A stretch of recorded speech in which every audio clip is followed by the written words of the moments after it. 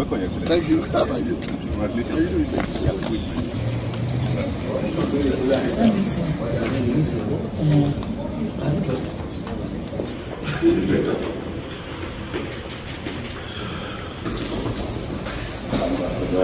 How are you?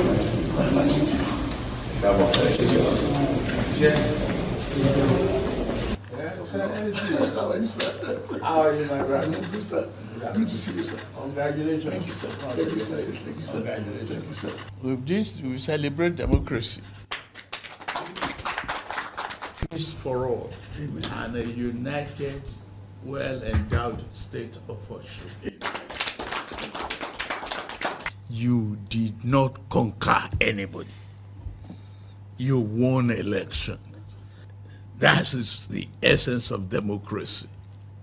Don't make a single individual a victim of your campaign. Call for the reconciliation. Expand your coast. That is the only way you can give thanks to Osun people. Not the way you sang it or celebrate it.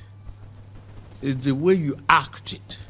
I'm here to thank Mr. President, the father of the nation, because he fought for this democracy.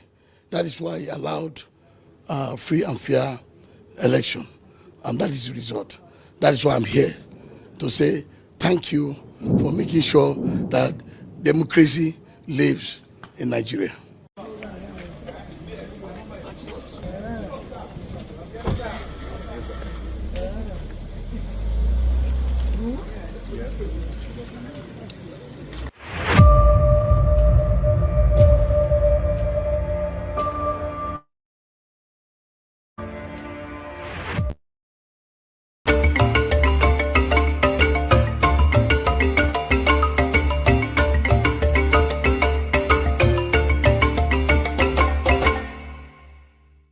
So if you were advising someone like Tinubu, what will you be saying now? He should not open his mouth again until election day. He should just go and dance booger. He should just let other people speak, because each time Tinubu opens his mouth, it's like he's scoring another own goal, and it's quite unfortunate because look, Tinubu, you can't take it away for Tinubu is a seasoned administrator. He was a very good governor in Lagos State, and he was a very good investor on human resources. He's brought out a lot of, just name them, Aregbesola, Oshimbat, and he's got a high to form a good team. And I have no doubt that if of Tinubu of 10 years ago will form a very good team in the villa for Nigeria. But the Tinubu of today, I'm not too sure, and that is one of the reasons why I can't confidently say I'm going to support this campaign. So if he wants to really go ahead to win this election, his chances are a bit okay, but the more he opens his mouth, the more he sort of just make false errors. Even eating out, even people who are traditionally his friends will start wondering, is everything okay there?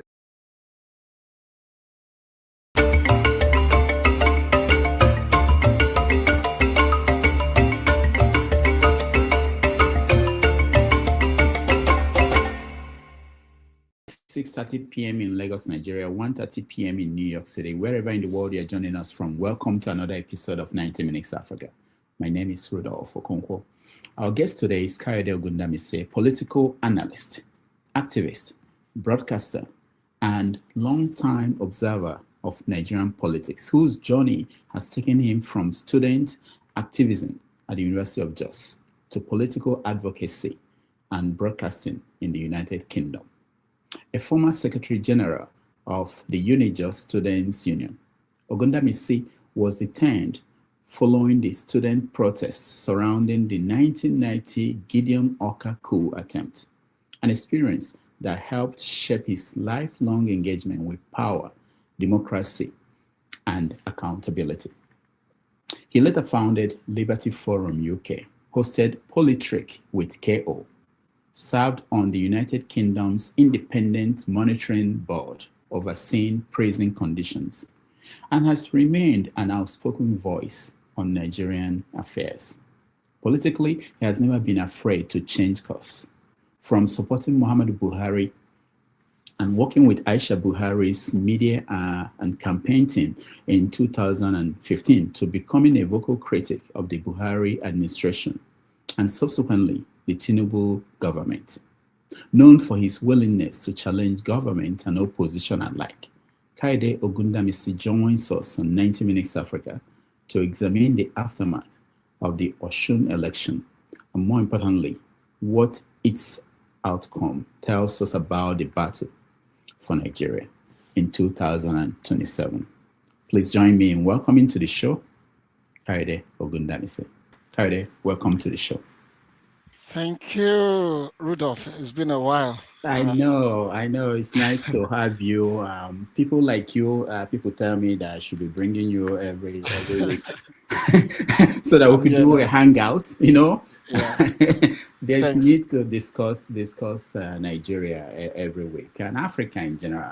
It's unfortunate that we are now in political season. We narrow things down to Nigeria, but I think whenever we talk about Nigeria, we're also talking about Africa because some of the dynamics in Nigeria, they're also the same thing going on across Africa. Absolutely. Again, welcome back. Thank you. We're going to talk about Osun, what happened in Osun, but because it's been a while, I don't think we've seen you since Buhari died. No, I don't think. No. I think we spoke before the election. Yeah. We've not had anything since. Buhari died. Exactly. Yeah. Exactly. Did you go to the funeral? Let's start from there. No. The last time I saw him was when he was still president. Okay.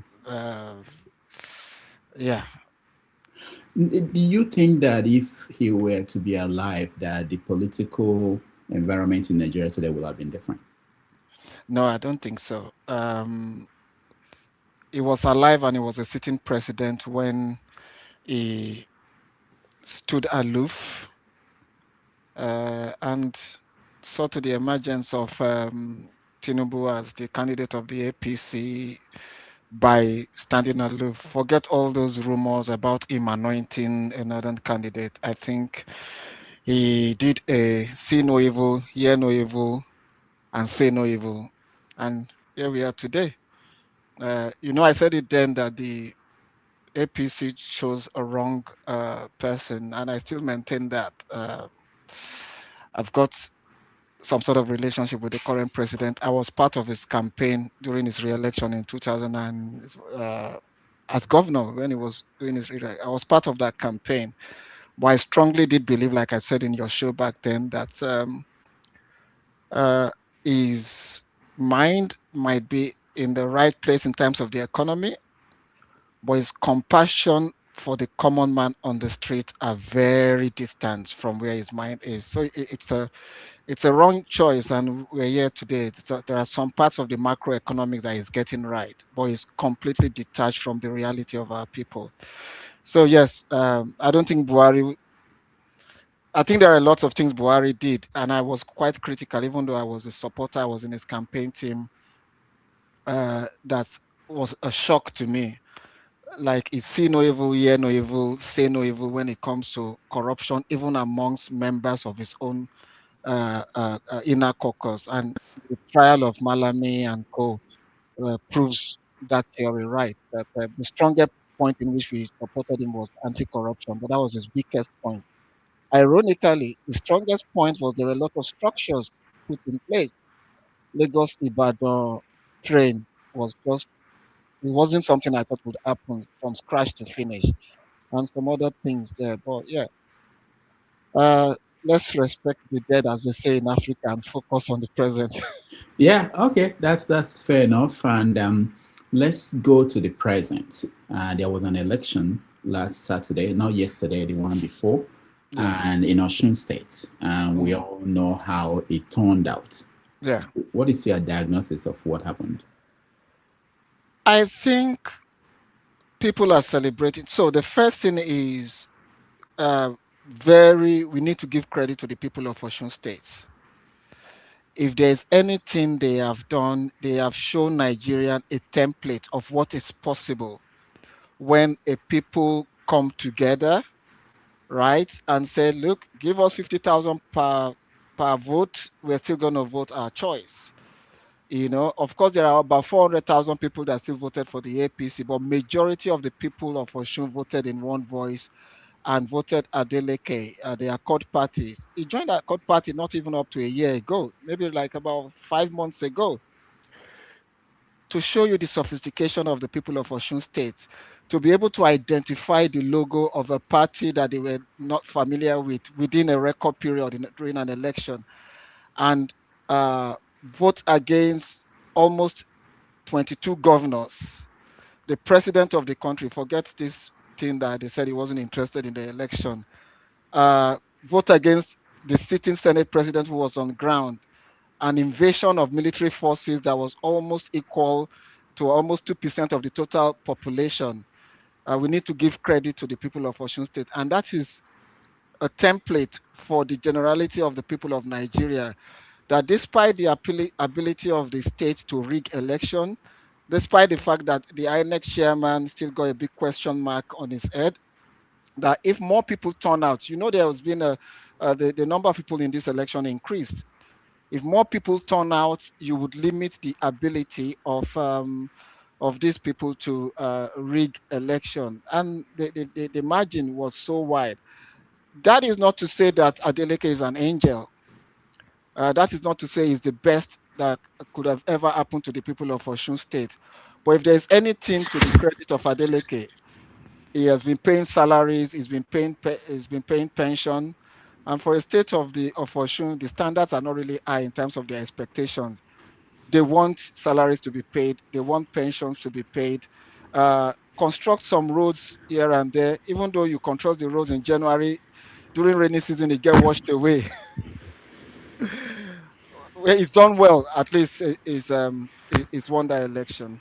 So, do you think this victory was a Accord victory or an APC defeat? It was an APC defeat, an egg on the face of President Tinubu, because he was interested in that election. Forget what his paid uh, internet rats are saying. He was interested. First, his cousin, well, brother, we never know which is which. Some say it's his half brother. He claims it's his cousins. Let's leave that aside. Was imposed on Aregbesola. Oyetola was imposed, to be governor. Ironically, the current man who is their candidate was actually the choice of Aregbesola back then. But Tinubu was quite interested in the election and imposed Oyetola. So if he could do a lot of pump a lot of resources on him, then why would you think he's not interested in his cousin being governor, choosing a candidate now? Then apart from that, the man literally abandoned his minister. In fact, I actually forgot that he was a minister until this election. Most people didn't know. You know, we That forgot that about tells this. you how well he's doing. Yeah, when I saw his face, I'm like, oh, this man is still in the cabinet. Like, if the president, who is his brother or cousin, could create a ministry to keep him, oiled up towards this election, why would you think he's not interested in that election? So it was a defeat for the APC, a big blow on the president, because that is his state of origin. It's from Iragbiji in Osun State. Look at the way you said it, like it's well-known facts. It's But Tinubu does not agree with you that that's his state of origin. sometimes people ask me, where are you from, and I say I'm British. you know, and in a certain situation, I say I'm Nigerian. So the fact that I acknowledge that I'm British in certain situation does not mean I'm not from Nigeria. Everyone knows, even the president himself knows is from Iragbiji, but he chose to be from Lagos. We can't. It's a free country. That is, I was born in Lagos, but I always claim a career. I always say I'm a career, but you can't take me away from the fact that I'm also from Lagos by birth. And some of the things we are always trying to say is that people should be able to claim places where they are born, they've lived for a very long time. So I don't hold that against him. The fact that he continues to actually try to shy away from his state of origin tells about his own character. Ironically, the governor of Osun State, made it known that this is the state of the president, and the president did not deny it. So, what other confirmation do you need? We come back to what happened in Osun State, but you brought up something that is connected to something that is in the news, and I think we should just Yeah. touch on it now. So here in the United States, there is an ongoing effort to find out things that are in the files of President Bola Ahmed Tinubu.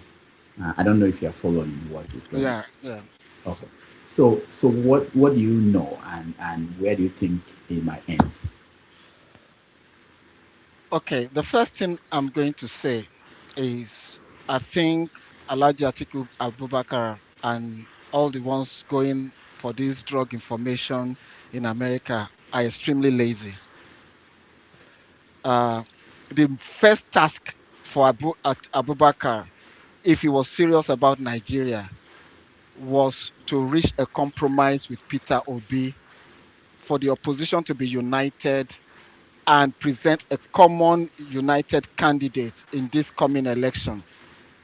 If they had done that, it wouldn't be needing to be chasing shadows all over the place. Uh, that is the going to file cases in court, hiring what do they call them? Lobbyists in America is the easiest one. You can give them $2 million. But the most important task was being able to unite the opposition amongst one candidate for the interest of the country and Nigerians. It's failed in that. Now, that is not to say that the president does not have questions to answer because he's not going away. The drug related issues are not going away. So people are interested. But is that going to have a significant impact on the results of the election in Nigeria? I don't think so.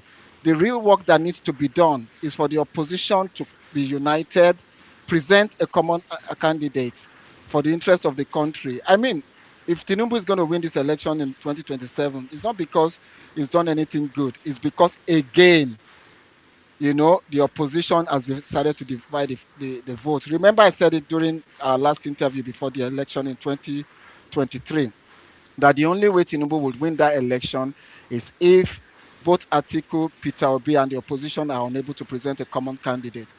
So while the issue about his involvement in drug dealing and what have you is quite important, but these issues have been there. When we with Sahara reporters went back then in those days, we reported on this. It's not a new thing; it's just been rehearsed. There are people who would continue to vote for Tinubu even if it's found that he was involved in drugs in any way. I think the real work would have been to unite the opposition in the country. We're going to get to that too, but let me push a little bit because we had this conversation yesterday, and some people Yeah. felt that it was a waste of time talking about this. I want you to put on the hat of a political analyst, which you are, or an African Yeah. who understands how the West, how they operate.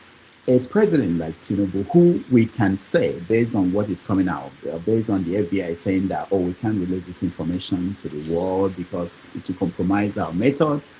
So it tells us on the basic that there's something about him and these agencies, including maybe the Yeah. CIA and other intelligence agencies.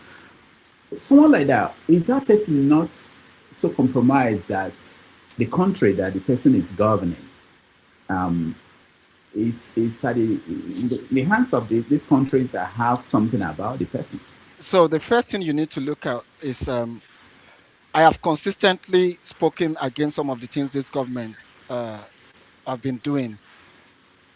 If there is a document that they can get in the villa indicting me, right, and I know I am clean, would I not be one to be saying, release that document?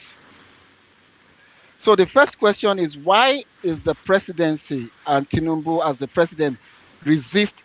The president, if everything is clean, should be the one like saying, they're not asking for his medical records. You should be saying to the FBI, release everything. I am as clean as the dove. The only thing I did was I mistakenly uh, had drug money in my account and I forfeited it voluntarily. You cannot find anything else. The fact that the presidency, particularly the president, is challenging that means there is something much more serious that we can come to that conclusion. Secondly, America currently, in my opinion, are not interested in releasing this, not just this government, because this presidency is in terms of the economic policies is towing the line of the Western IMF recommendations and what have you, bowing down, kneeling to Trump, towing to Trump to the point where even a letter from President Trump is a campaign material, and as far as they're concerned, is playing ball. And for as long as he's playing ball, do you think if he was the president of Venezuela, that the Americans would not have released all these documents? The one that they Yeah, Maduro. arrested. Yeah. Maduro, yeah. But Maduro, if it had been Maduro, or do you think if it had been, what's the name, the one in Burkina Faso or the Mm. one in Mali, Ibrahim Traore. Ibrahim Traore, but they have a president, this president, in terms of his foreign policy, in terms of our voting patterns in the United Nations, is kowtowing to the Trump administration. So why would they want to destabilize, quote and unquote, what some people would describe as a puppet, basically? So they would continue to, for as long as they can, you know, protect this president. The other part of it is, the concern some people have that in such a situation, let's say you use yourself as an example. Let's say Yes. they have something about you that you don't want them to show. Yeah. They can also make you do things. The government can make you do things or say to you, do this, or otherwise we will show this. And people are concerned that that kind of thing might be going on behind the scene as we speak. It's not even it's not, the concerns are not they are not flippant. You need to see the body language of this current administration, as far as the Americans are concerned. It's quite clear, even in the way they handling the first sign was the handling of the ECOWAS crisis when he became ECOWAS chairman. I'm going to invade Mali and is in Niger and get it sorted. This government seems uh, to be comfortable with what people would describe as Western imperialist. And if they don't have something right on you, you would not be kowtowing to whatever dictates they tell you to do. So currently, it would not be a wrong conclusion to say we have a proxy in the villa. Mm. Now, you said, finally on this topic, you said that most likely they are not going to release anything because it doesn't do any Serve good their for them. interest. Yeah, Yeah. yeah, it doesn't do anything as long as he's doing what they want him to.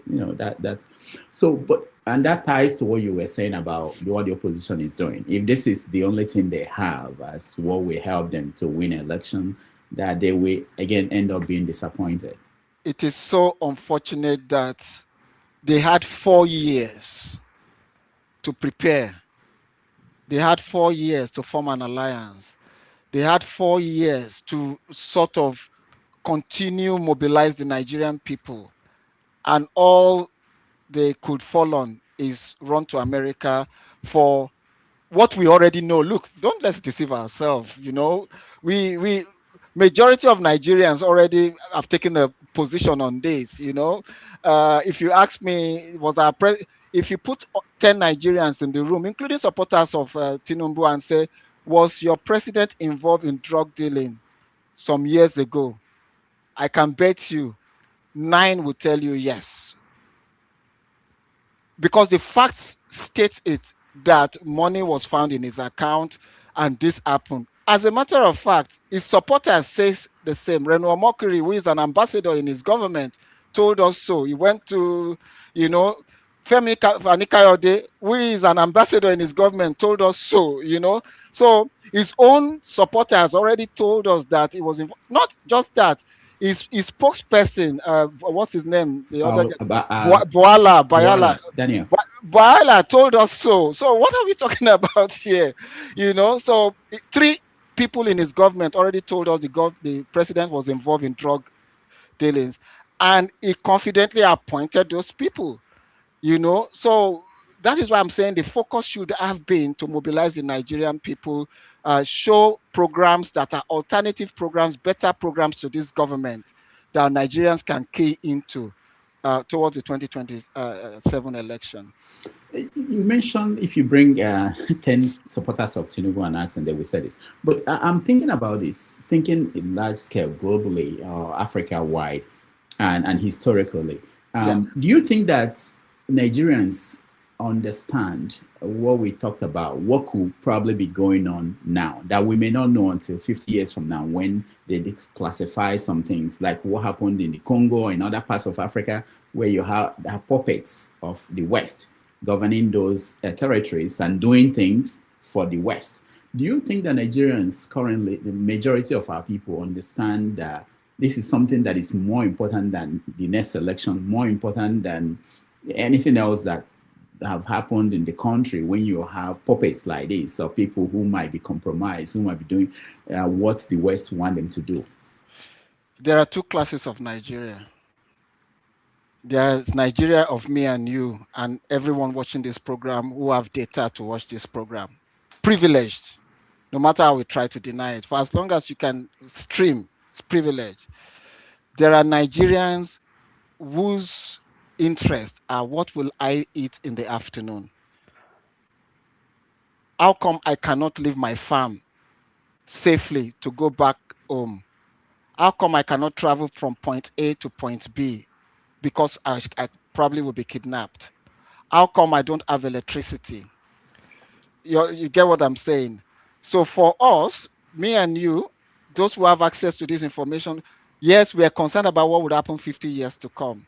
But majority, and we are in the minority, we're just loud because we have platforms.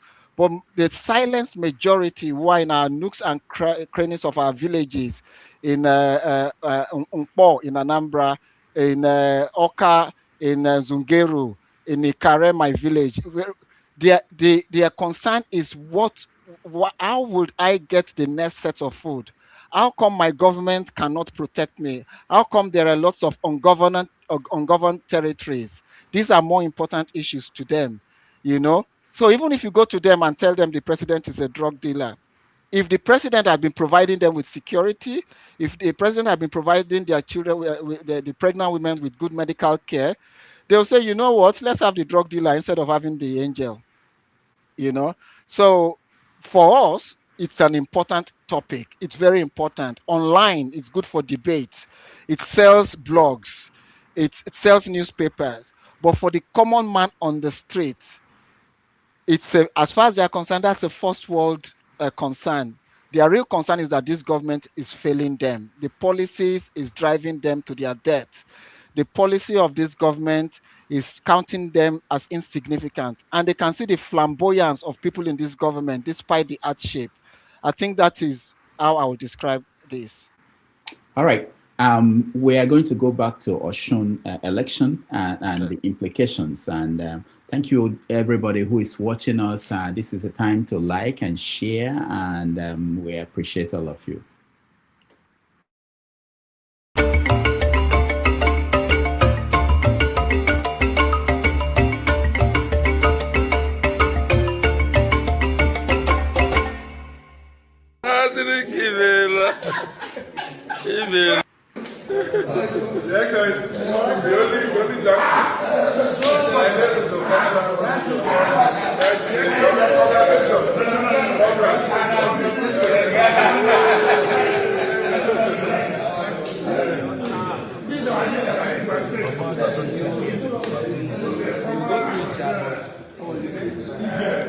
So.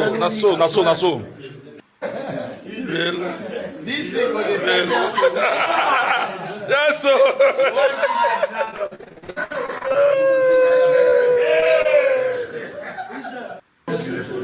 Come and network. Everybody look here. 1, 2. All right. I won't. I beat you guys. You beat them. I beat you guys. No, you beat them.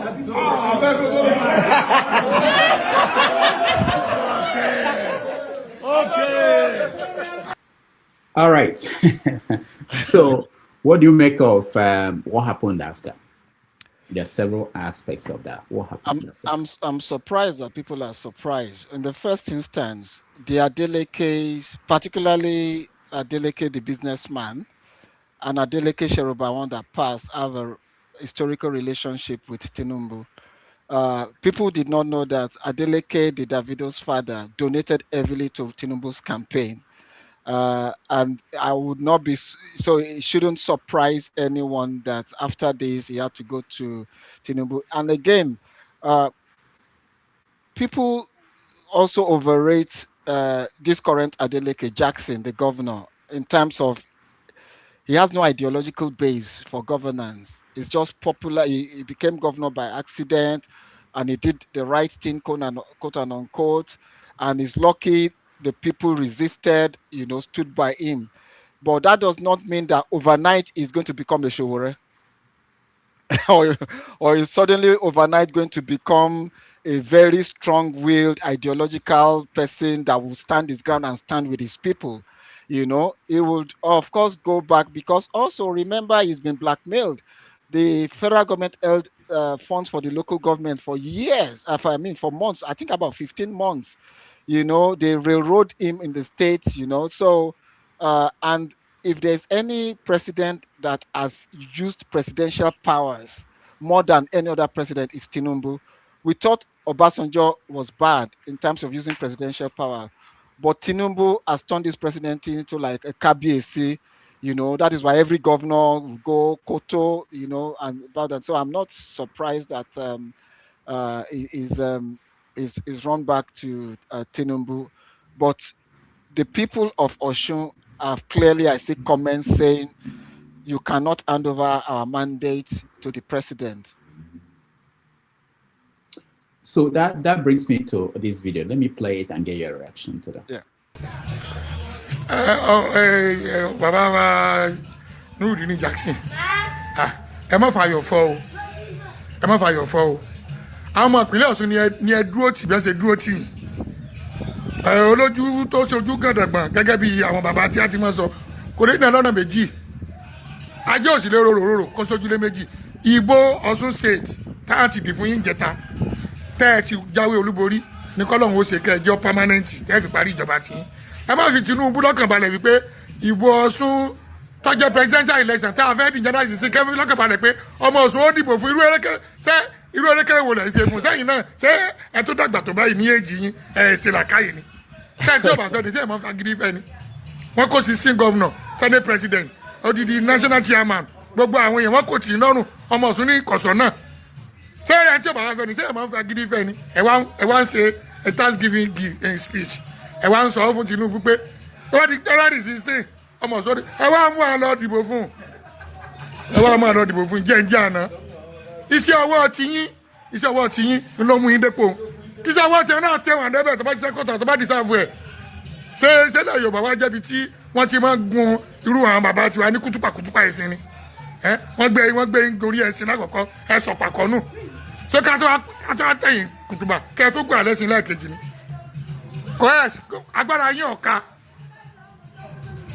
Nurudini Jackson gọ́vnọ̀ Adeleke agbára yín ọ̀ka pé kí gbogbo ọmọ Ọ̀ṣun ká dìbò ẹ̀ máàs fún Tinubu agbára yín ọ̀ka ẹ má lọ gbowó lọ́wọ́ ẹ̀rẹ́ yín o tí nìkan ni ó dí o. All right. So, what do you make of that? Do you think it's a sentiment that is I've been seeing a lot of videos from people from Osun State, elderly, young, telling the governor, you don't speak for us. You cannot hand our mandate over to the APC. We are going to vote our conscience in 2027. And I think, you see, I don't know if you remember during our last interview when I told you that Onga does not have a tribal mark. The Yorubas, do not have a special market where they go to buy and they say, oh, your Yoruba yam is going to be 20 naira, but for the Igbo is 19,000 naira. There's no special filling station for APC members. The hunger is beating everyone equally. Look, people underestimate the impact of the recklessness of the reforms. Some of the reforms are needed, but the recklessness in which it was executed, right? People are feeling it. And that is why uh, you can't guarantee the Southwest for the president, no matter how you try to spin it, particularly Lagos. I said it the last time, people didn't believe me that Lagos was in play. Peter Obi won Lagos. This time around, the APC should not be worried about the so-called foreigners in Lagos. They should be more worried about Yorubas, that hunger is going to tell them where to vote. And that is what is happening in Osun State. If you look at the commentaries that look, we're not doing well, we're hungry, the policies are killing us, the government does not seem to sympathize with us, in terms of our current situation. So I'm not surprised that you are having people send messages to Governor Adeleke that you can maintain your friendship with the president, but do not conclude that is how we're going to go. That is not to say Tinubu might not win or show in 2027, but a lot of people are becoming independent. And look, Southwest historically, we're quite Republican in our voting pattern. Remember Obasanjo's first time, the candidate of those so-called kingmakers was Obasanjo, but the people in the Southwest voted for Olufalaye, so it's going to be an interesting election. There was another comment that he made after winning where he said he would vote for Tinubu because Tinubu is a Yoruba man, something like that. Oh, you mean this current video? Yeah, not in this video. In you mean Adeleke? Adeleke, yeah, Adeleke. Yeah, so he said he will support Tinubu. Yes. Yeah, because and a lot of people had issue with that. What is your take on that? People are still debating that position of Adeleke. It will be hypocritical to sit here and to tell you that tribal sentiments do not play in our politics. It's still there. Our politics, one of the indices of our voting pattern is regional, is tribal, is religion. Sadly, it's not gender. Because if it were gender, all the women would not vote for any man in election. And they are more than men. They are more than men, Yeah. So of course there are people who still on the sentiment. Don't let's deceive ourselves. There are people who will vote for Peter Obi because he's Igbo. There are people who will vote for Tinubu because he's Yoruba, or Atiku because it's Hausa. But there's a silent majority across those tribes, and not just these three tribes. We have more than almost 300 tribes who would look at the state of mind today and say, look, is life better for me under this tribal person, this my tribesman, than it was under Jonathan or under Buhari? And they will go like, you know what, this my tribal man, has not provided me the level of comfort as those other people. So I'm going to vote the Igbo man who is the candidate, or the Fulani man who is the candidate, or vice versa. If an Igbo man feels that Tinubu has favored his business more than any other president, that's the way it's going to vote. But yes, clearly, that regional sentiment, that tribal sentiment is there, and we can't just wish it away. Yeah, people argue that we know it's there, but for an elected official to say that that if it were to be somebody else, like I know the article during the last election said that Northerners should not vote for somebody from the South or something like that. But they were saying that if, say, an Igbo governor should say something like, I will support Peter because he's an Igbo person, would that statement be read the same way Adeleke's statement is being read? No. If it had been an Igbo person, it would have caused a lot of uproar. It would have been taking more, the internet would probably have blown up by now, but people overestimate Adeleke. Look, okay, don't let me go down the route of how Shewore described him. People really overestimate his capacity to be in queue in terms of what to say and what not to, and what not to say, so one should not be surprised. But look, Adeleke, what Adeleke said is not something that other people have not been saying, but they've been saying it in a very smart way. What's the name of this guy? Shegun Show? Is it Shegun Showumi? Yes. He repeats it all the time on Channels TV, on Arise TV, that Yoruba should support Tinubu because he's a Yoruba man. But he says it in a very smart, indirect way that you can't pick on it. But Adeleke is not that smart, so he just said it as it is, and that's why everyone is like, "Oh, you can't say that as a sitting governor," you know. So we shouldn't place more importance on it. Okay, one more video on this subject and we'll I discuss. don't know the effort made by federal government. I do know that parties in the election will make efforts to win election. There's nothing wrong in that. But federal government are part of the federal government. And I'm sure that if the president wanted to win Osun at all costs, I would be involved. And I would have been there. And the governor would have known that it would have been different. Election is not won one day. So that was Wike talking about. I know you said that that's an excuse that the government is making, but do you think that this election, what happened in Osun State, that we could read it to mean that the power of the federal government will not be a determining factor in 2027? Okay, let me first say this. Nigerians should thank God. If you believe in Ogun, Shango, Oya, or Amadioha, or Ayilala, or if you're a Christian or a Muslim, Nigeria should thank God that that character never became our president because he was this close. Let me. You That's mean Wike? yes. How? It was. When was that? It was this close to get the PDP primaries before Atiku snatched it with dollars overnight. You know, so we should let me first say that in place because this guy goes on national TV that the reason they lost is if the president had wanted to win it or shown by all means, he would have sent him. Just sort of reinforcing that. Look, I'm a handsman. I know how to rig elections. I know how to. So now coming back to your question, look, there will be interesting times in the coming election. What happened in Osun, right, is going to be interesting in certain parts of the country. The southeastern part of Nigeria, what happened in Osun can be replicated in the southeastern part of Nigeria. All the governors are jumping into APC.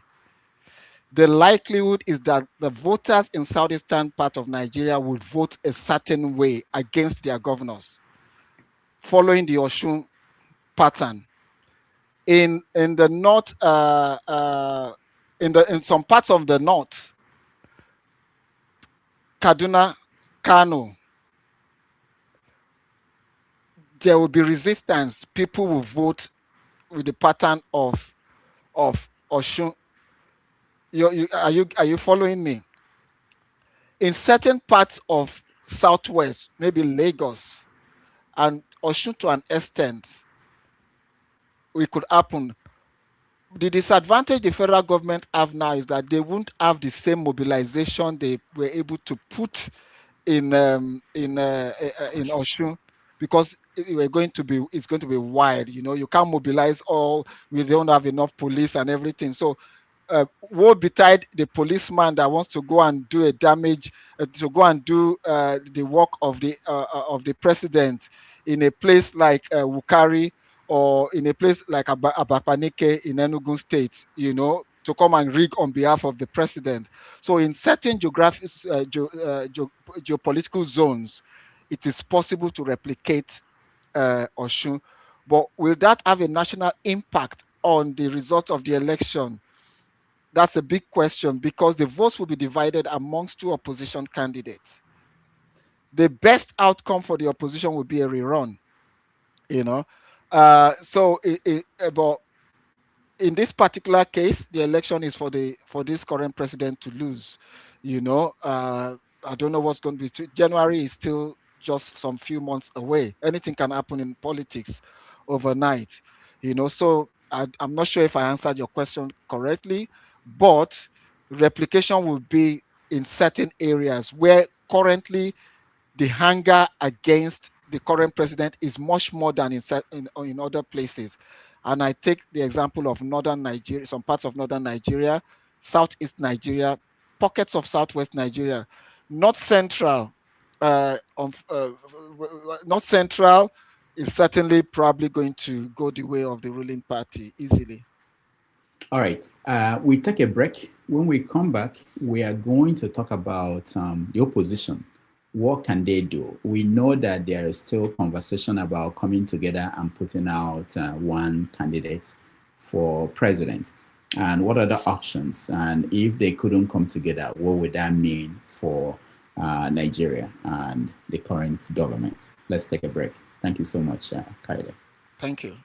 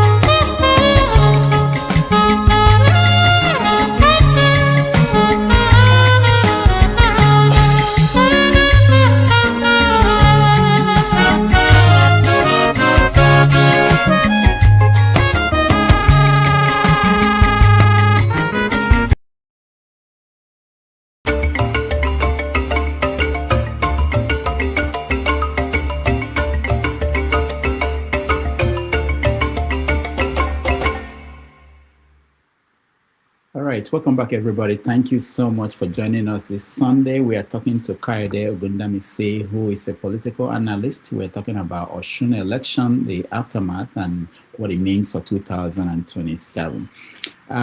We're going to have you join us in a few minutes, but let me get through questions about Osun, more questions about the whole election coming up and the opposition, what they could do.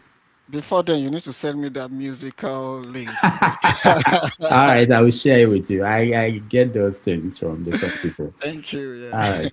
So before we go to the opposition, do you think that the political coalition for Tinubu, that it changed since 2023? Did he change? Did he gain, or did he? Do you think he gained some supporters or he lost some? Look,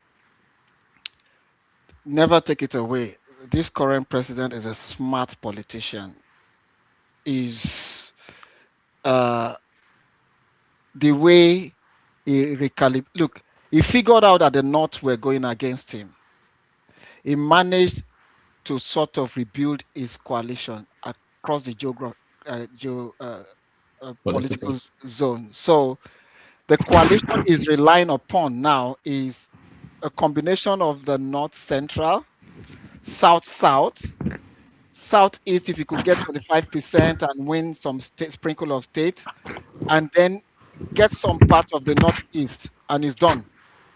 So he's built his coalition amongst the political class. So he's been able to get almost all the governors in Nigeria, bar three, bar one. Which one is left? Because Anambra is APC. No matter what Soludo tries to tell you, No, it's already, he openly says he will yeah, support the president. So one of the best performing governors in Abia State. Oti. Oti is APC technically because his body language is going towards the president. So who is left? Maybe Oyo State. You know, so the president has built a solid coalition amongst the ruling class. So based on that, he's got the election dry. We don't even need to have an election. He's won. But has he been able to build a coalition amongst the Nigerian people? I doubt that. So if the Nigerian people are able to coalesce based on their economic status, the condition of living, the horrible state of the country as it is, the chances of this president is quite slim. So that is the true test of where we are at the moment. So he's been able to redraw the political map now. Then again, he is not a smart move. He attacked democracy. He was involved in all the crises in the opposition party, be it Labour Party, be it ADC, and what have you, particularly PDP. He sort of saw that it might be unpopular by his second term, and he's penetrated these parties. And knowing Tinubu very well, this is not a new game. In Lagos, he was the one who introduced this philosophy of portfolio parties, briefcase parties. So you would have 10 registered political parties. The real opposition would be one. It would be ACN, but ACN also controls the other parties. So if you have all the agents, you, the opposition party, you would think you are going against 9 other ACN and 9 others, but it's ACN and ACN 1, 2, 3, 4, 5. He has brought that method into the national politics, But like I keep saying, in politics, there will be a time the people will rise, and when they rise in one force. Like it's demonstrated in Osun. Look, we're talking about Osun. The people rose and gave Obi almost 7 million votes. I didn't even think Peter Obi was going to get 13,000 votes in that election. But there was a movement behind him. I'm not sure that movement is still as strong as it was in 2023. But the coalition Tinubu has built amongst the ruling elites, if we continue the way elections has been carried out in Nigeria, is probably got it in.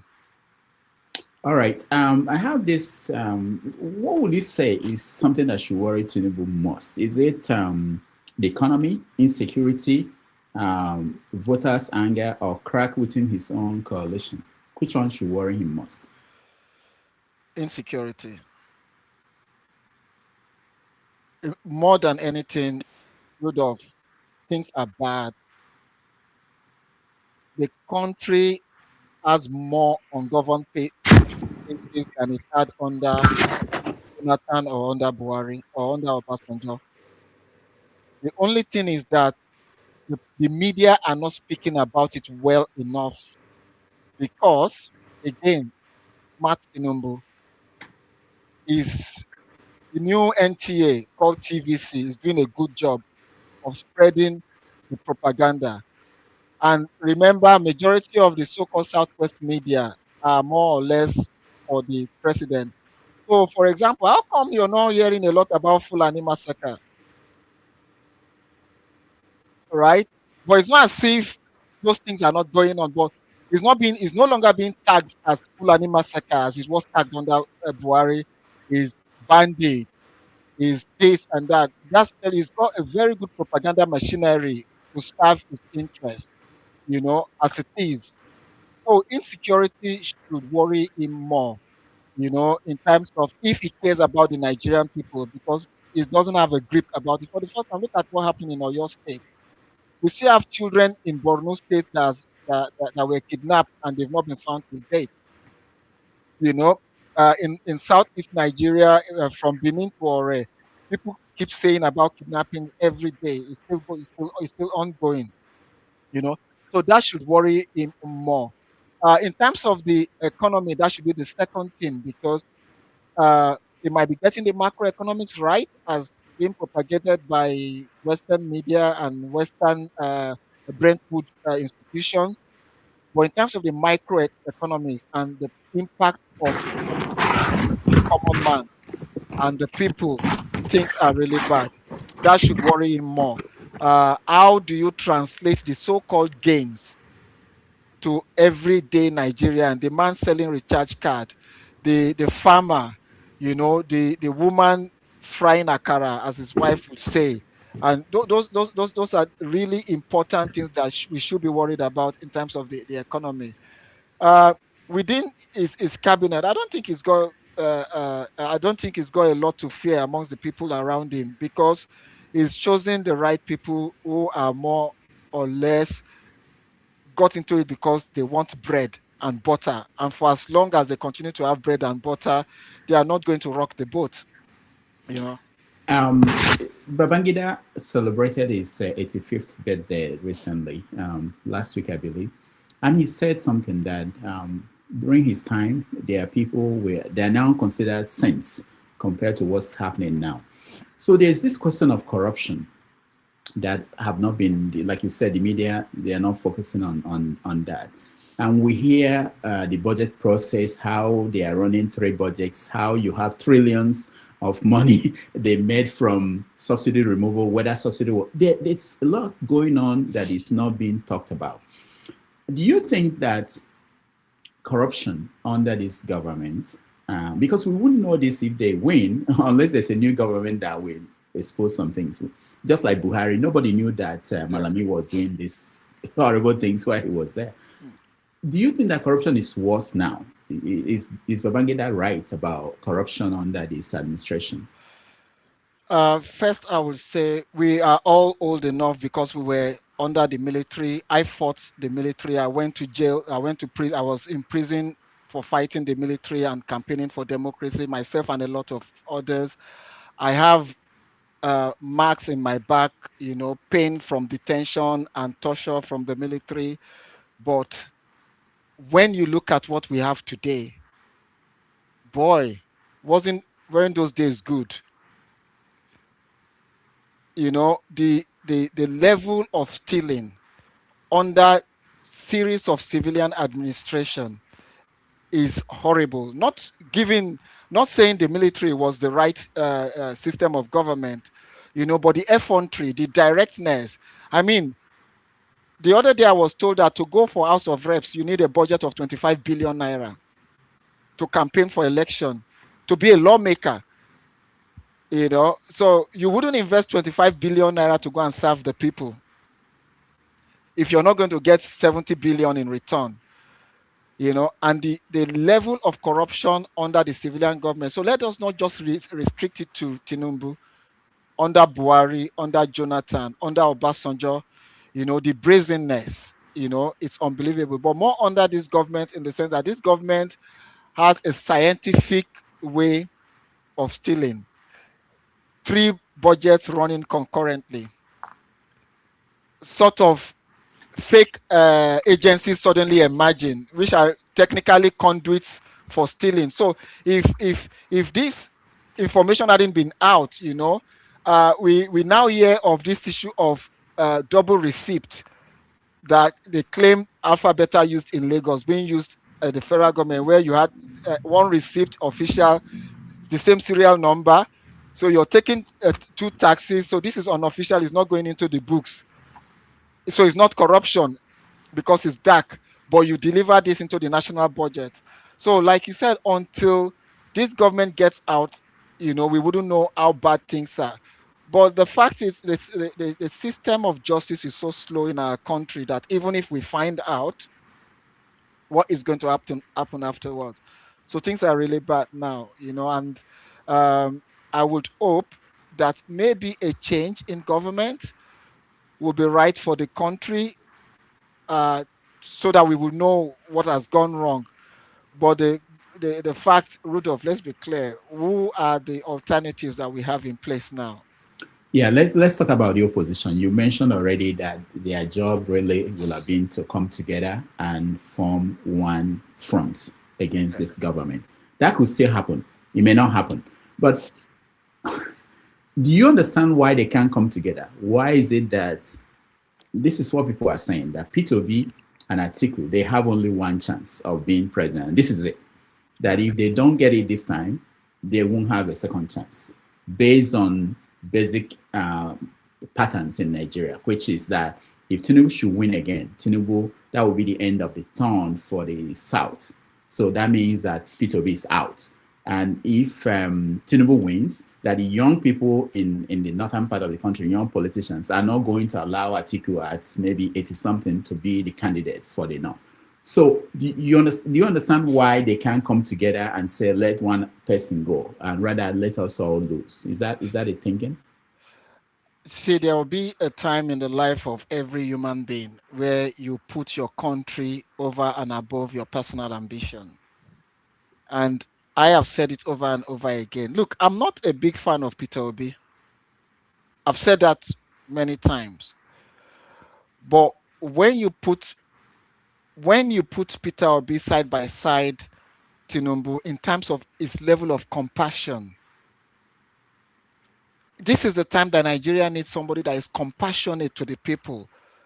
And you could see when if Tinubu is telling you I feel you, and Peter Obi is telling you I feel you, as a common man, I can relate to Peter Obi feeling my pain more than Tinubu is. I think Atiku, sometimes I think Atiku is working for Tinubu. I just conclude because they were business partners, they have a long history. By this time, he should be stepping down for a Peter Obi. Let's even try it and let it fail. Let's look. Let's try it, and it's better to try it and see, and then it will be that this is what the Nigerian people want, you know. But again, you cannot also take away his democratic right to want to keep trying and wanting to become president. But I think if there's any other time he needs to put Nigeria before himself, it is now. And I think it makes sense for the South to have a Southern candidate run against Tinubu.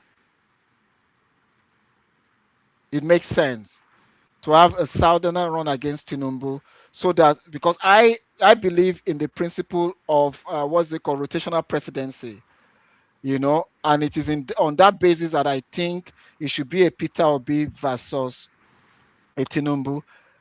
Mind you, I really wanted a Peter Obi versus an Oshibajo in the last election.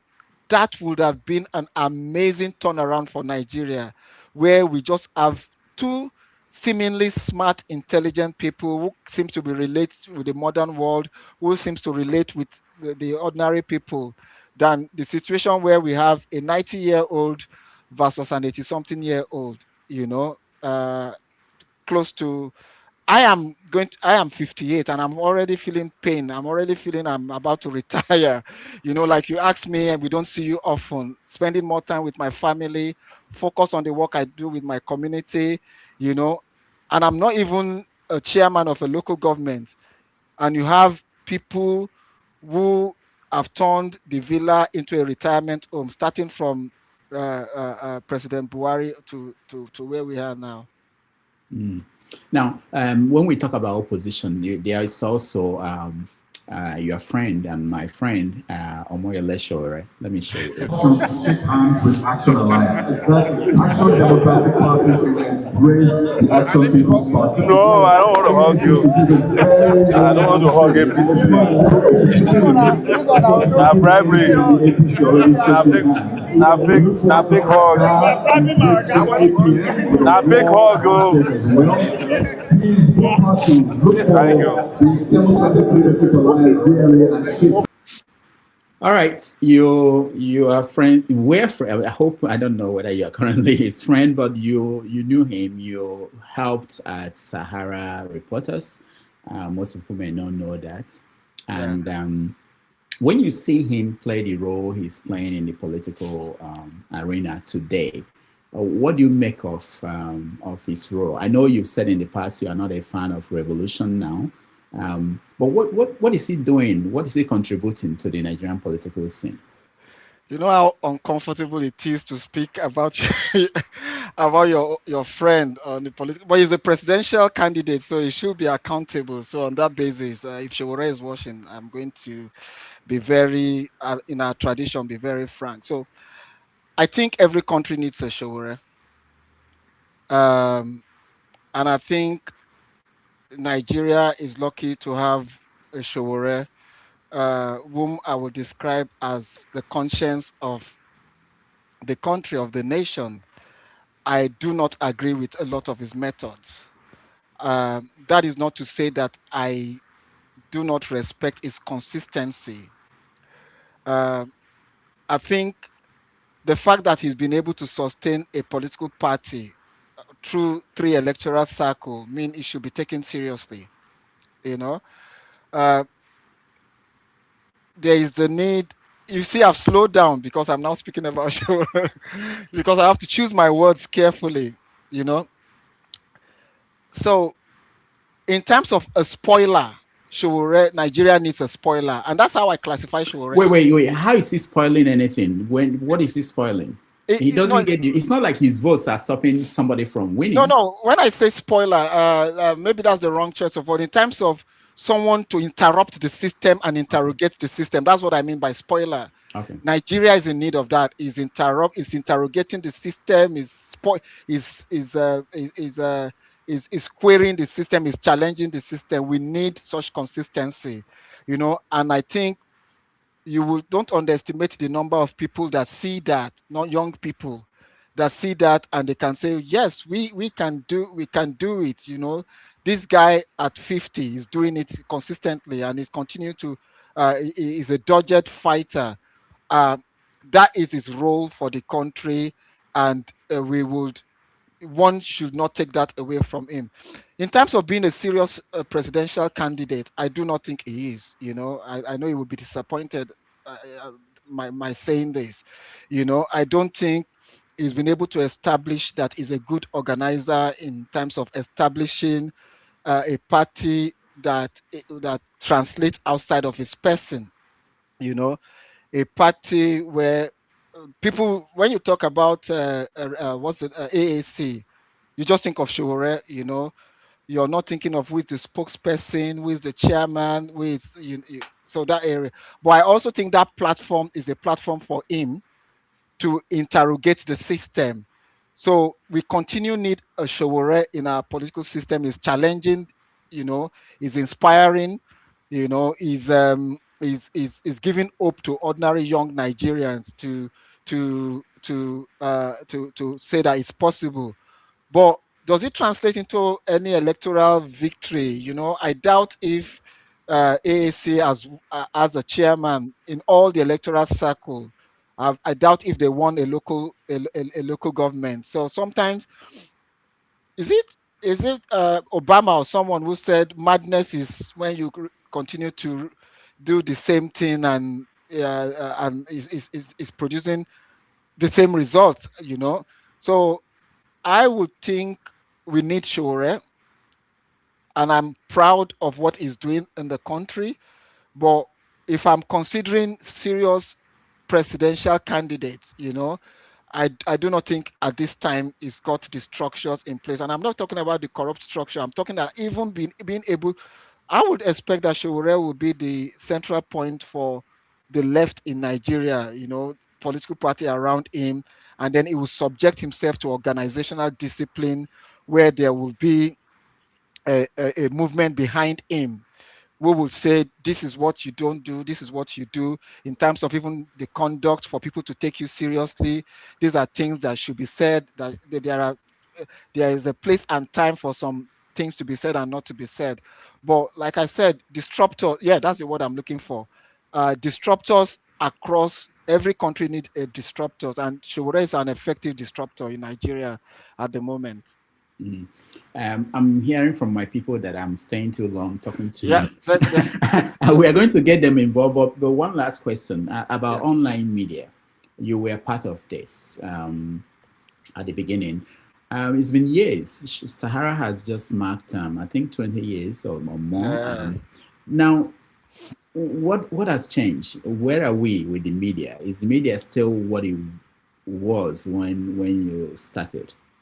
So Shore and I were with Elendu. I don't know if people still remember Elendu reporters. Mhm.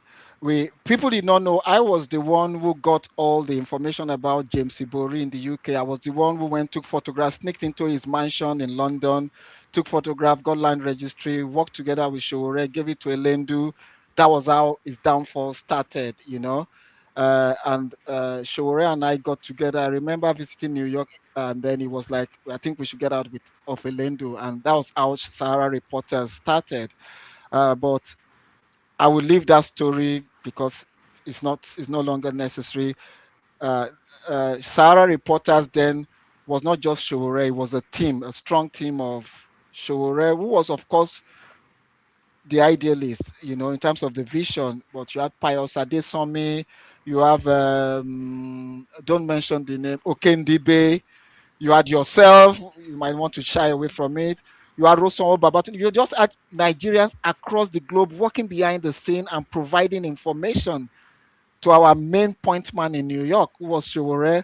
And that was how Sahara Reporters became very strong. Citizens reporting, we had such an impact. But over time, immediately it just became almost modeled in the direction of a corporate platform.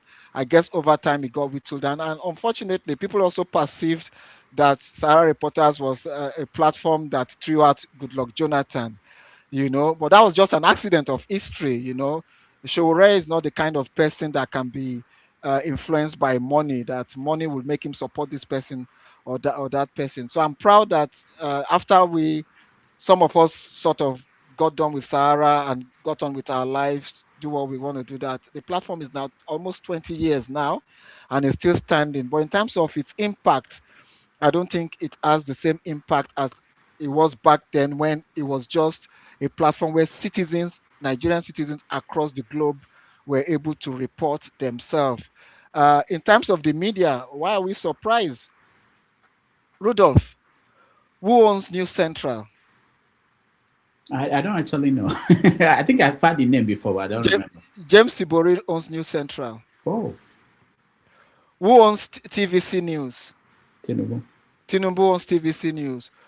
Who owns AIT? It was a former PDP operative. Who owns? So if you put 10, Who owns Channel? The who real owns owner, channel is Momo, John Momo, and I put that quote unquote. quote unquote. So if you look at the 10 leading news platforms in Nigeria, they are owned. Nduka Ogbaegbena, I've said it over. He owns This Day and Arise TV. Nduka over time had been a conduit for every government. So if you look at most of these platforms, they are owned by the same people, who are Nigerian people are claiming are subjecting and suppressing them. So informations are sort of, you know, released in such a way that it will not displace the ruling elite in the country. So press freedom, means press is in the pocket of the same ruling elite that are ruling or ruining Nigeria. So we're not surprised that Nigerians, do not have a platform. But guess what? We have more people in podcasts. The internet has sort of liberalized information now. We have bloggers. We have people now using different platforms to voice themselves out. And anybody with a mobile phone is a news reporter. People now can send WhatsApp messages. So that monopoly is going to be broken over time.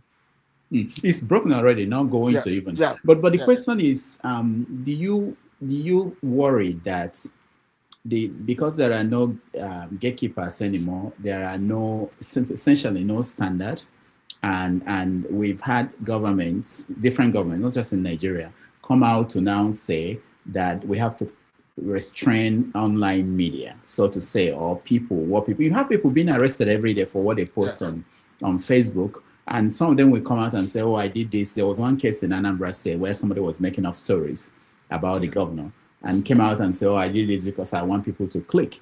It impacts the real people who are doing the job of the media, because there's a job there. There's a way you have to do it. There's something that you have to do about verifying facts and stories before you publish.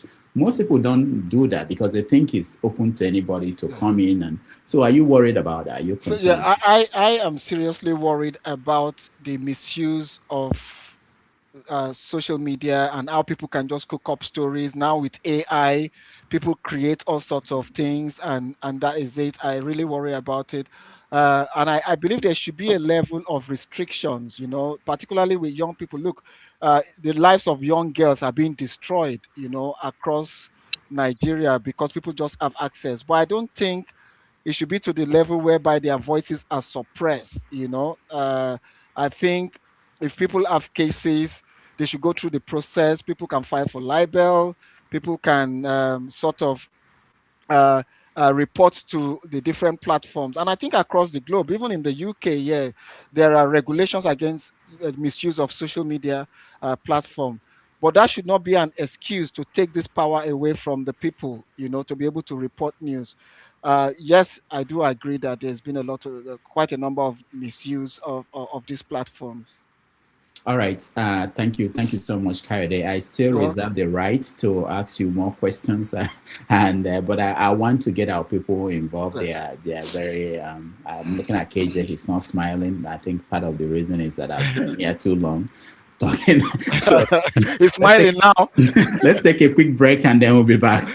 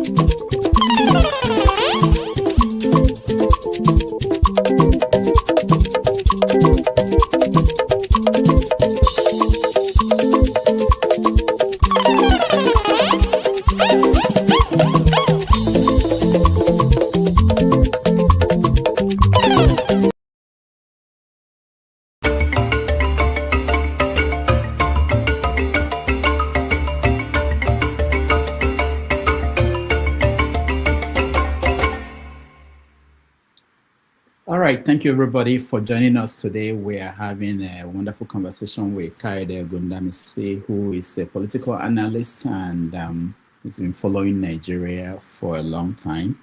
He was a student union leader at Unijos, for those who may not know. I saw a comment before we start taking questions from everybody. I saw a comment from Pansat saying that Kayode is my friend.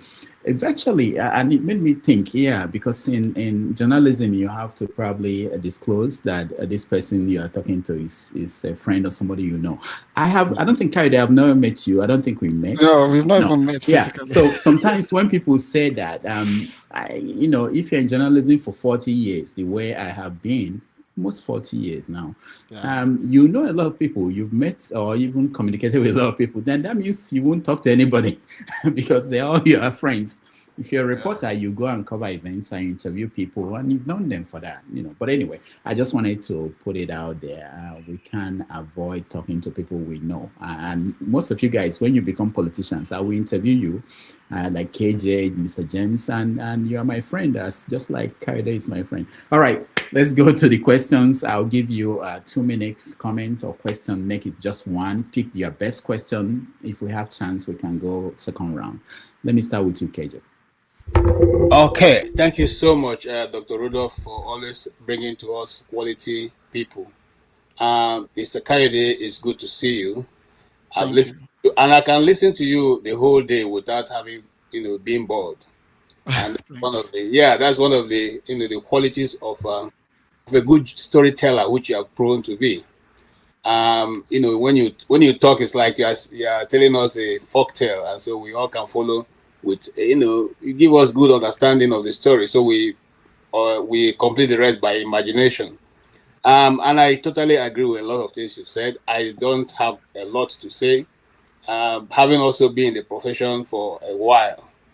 So I follow exactly what you're painting. I understand exactly what you're saying. The question I want to ask you, as a person who has been on the field for long, why is it difficult for the Nigerian populace, like they do in America? The president enacts or does an executive bill that people don't agree with. The people come together and go to court. Sometimes these courts are not even the people; they are the lawyers themselves who don't agree that is constitutional. They go to court to seek an injunction for that bill to be either cancelled or withdrawn, or even suspended because it didn't meet the criteria that the Constitution of America has set. Why is it difficult for Nigerian, especially now so-called Bar Association of Nigeria and the so-called Senior Advocates of Nigeria, they see something that's against the Constitution, totally against. I give you an example. In question is the now infamous amendment to the Constitution, where it says once you're a politician and you're able to, by hook or crook, go through the primaries and get to the appeal time, part of it, election appeal tribunal, and you are not dictated there. Once you go through that, your forging or whatever you have been able to do is okay. So why is it okay? And the bar is sitting, and the Nigerian people are also sitting. Nobody goes to challenge it. Why does it happen that way? Is it that we have become? I mean, I leave you because you are there, so you probably know reason why they don't do that. Why, sir? Thank you. I was speaking to someone during an event at the British Parliament I attended, and that person who is a UK MP asked me almost a similar question, and I would repeat my answer, which is that Nigerian politicians probably discovered gold, that other politicians across the globe did not, which is they discovered that once you have state capture, everything goes. And what do I mean by state captures? You need institutions to challenge those policies, right? So let's give the judiciary, for example. So if I am don't let me overflow Tinubu, if I have been governor of a state and I started investing on a judge, a lawyer who becomes a judge across, and I invested, and then to the point where they become, they get to the Supreme Court, that is an investment. So even if I've captured the state, but a section of the state.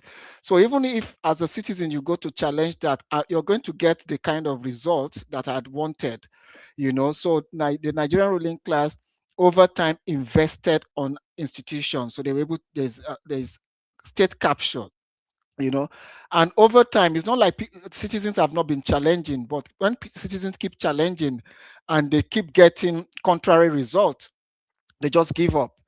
And that is why these days it's easy. People just tell you go to court. The reason why they tell you go to court is because they know that the outcome is predetermined. You're not going to get any form of justice. I'm not saying in every cases, but in most cases, So I hope that answers your question, that we have state capture in the country, whether the judiciary, the legislative arm. For example, our National Assembly is an extension of the presidency. You elected your lawmakers to go and challenge and hold the executive to account. But what are they doing? They are all singing on his mandate, they stand. So it means the man who is president over time invested on capturing the National Assembly. And if you have that in place, it's going to be difficult for the citizens. Look at the NBA election. Gone are the days where a president is not interested in who becomes the chairman of NBA. Now, a president is even interested in who becomes the chairman of Oanes Ndigbo. Because those institutions are important to consolidate yourself in power.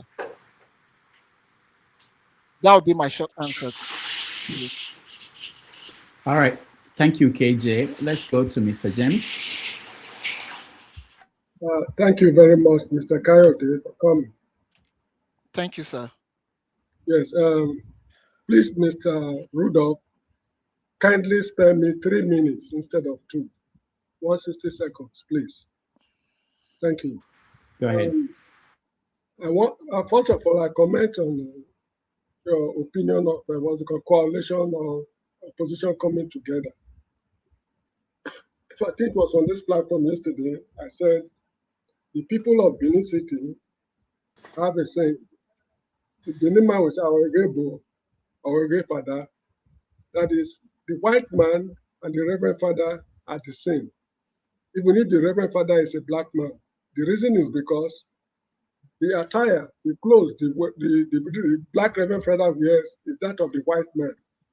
The Reverend Father does not celebrate Igwe festival, which is the true identity of any Benin man. Igwe festival. The foods he eats, if he's eating Benin traditional foods, like a kusu, a mieki, and whatever it is, he eats with cutleries, whereas the true Benin man eats with his fingers. And also, when he's dreaming at night, he dreams in Latin language, not in Edo language.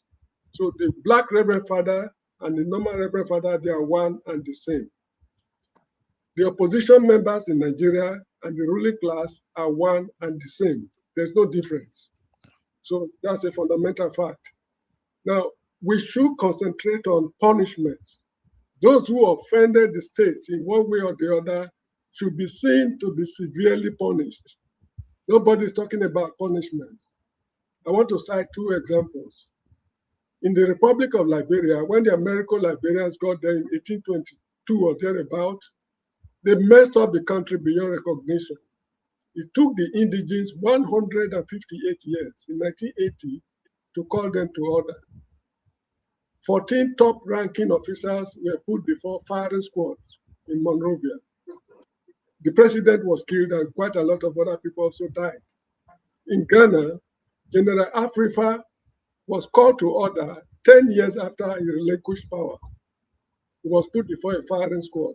The kind of atrocities these people are committing against the state in Nigeria should be unpardonable. But unfortunately, nobody's talking about punishment. We are talking about coalition, how to replace them. So what about the atrocities they committed against the state? I'm particularly angry for one reason. When I was in the primary school, secondary school, the sixth form, bachelor's degree, master's degree in Nigeria, I never paid any school fees. It was absolutely free, courtesy of Obafemi Awolowo. I never paid anything. But our children these days, in fact, when I was schooling in Benin City, there was no private secondary school in the whole of Benin City. There was only one school somewhere in the GROA they call Ebenezer Nursery School for top class people. Apart from that nursery school, all other schools were public schools. I attended a public school. But today, my children cannot attend public schools.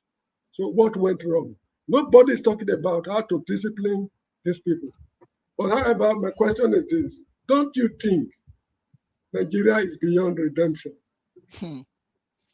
Okay. Thank you. Okay. Wow. Rudolph, that's a big question. That's why I like them. They ask questions I cannot, that I'm not smart enough to. Right.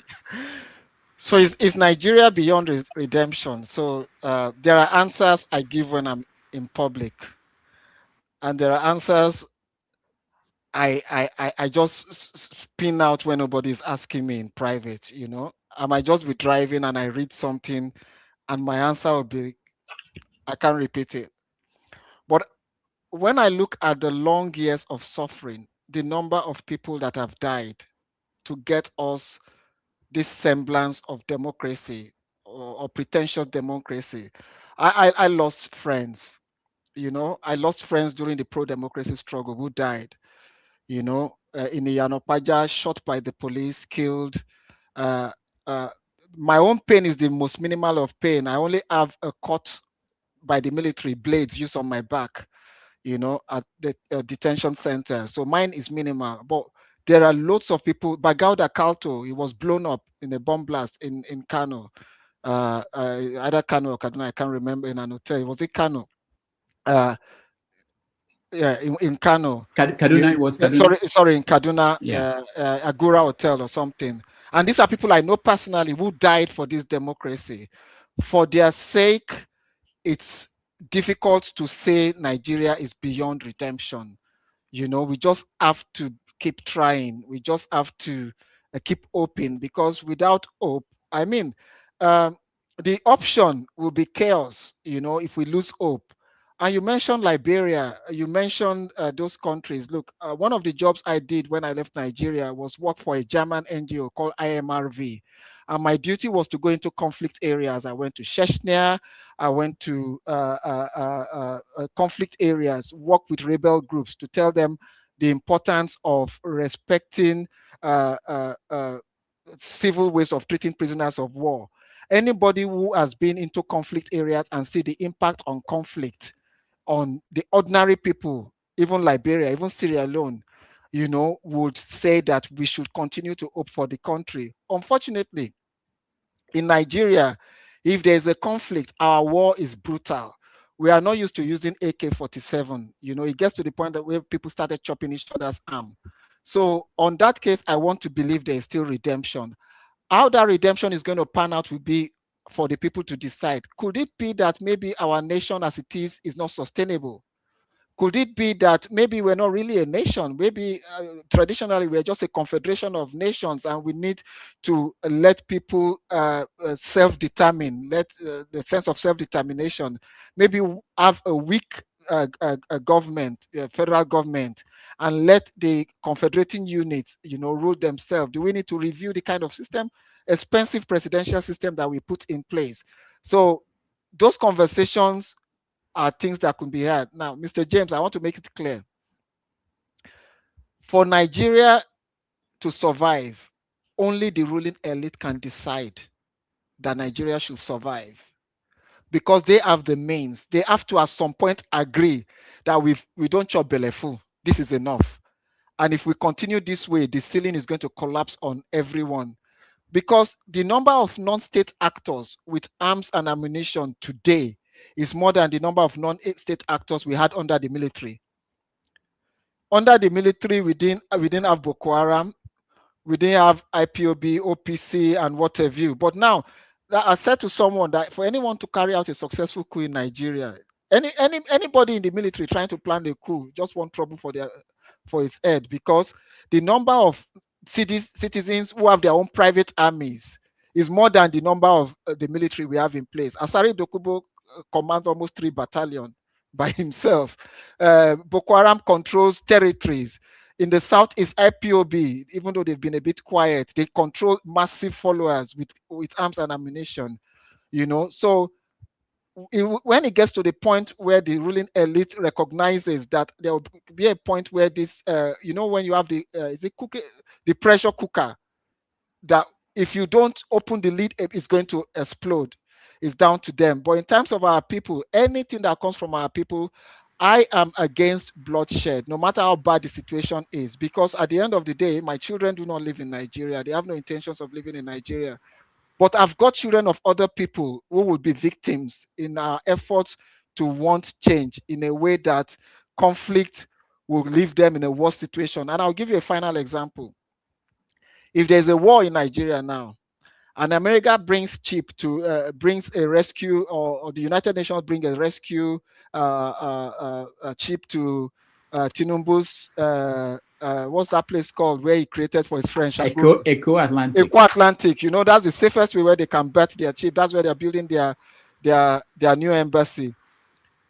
The Nigerian government, Tinubu, will rescue Peter Obi's family, Atiku's family, and all his ruling elite flat. They will get into that chip first before the ordinary person. So that is why, as much as we want a radical transformation, I think we should also balance things up. So publicly, I am hopeful, but I will be lying to you if I don't tell you, if I don't confess to you there are times where I've said to self, there's no hope for the country. Then I snap out of that, there's no hope for the country, when I look at the implication. I'm sorry if I didn't give you the clear answer.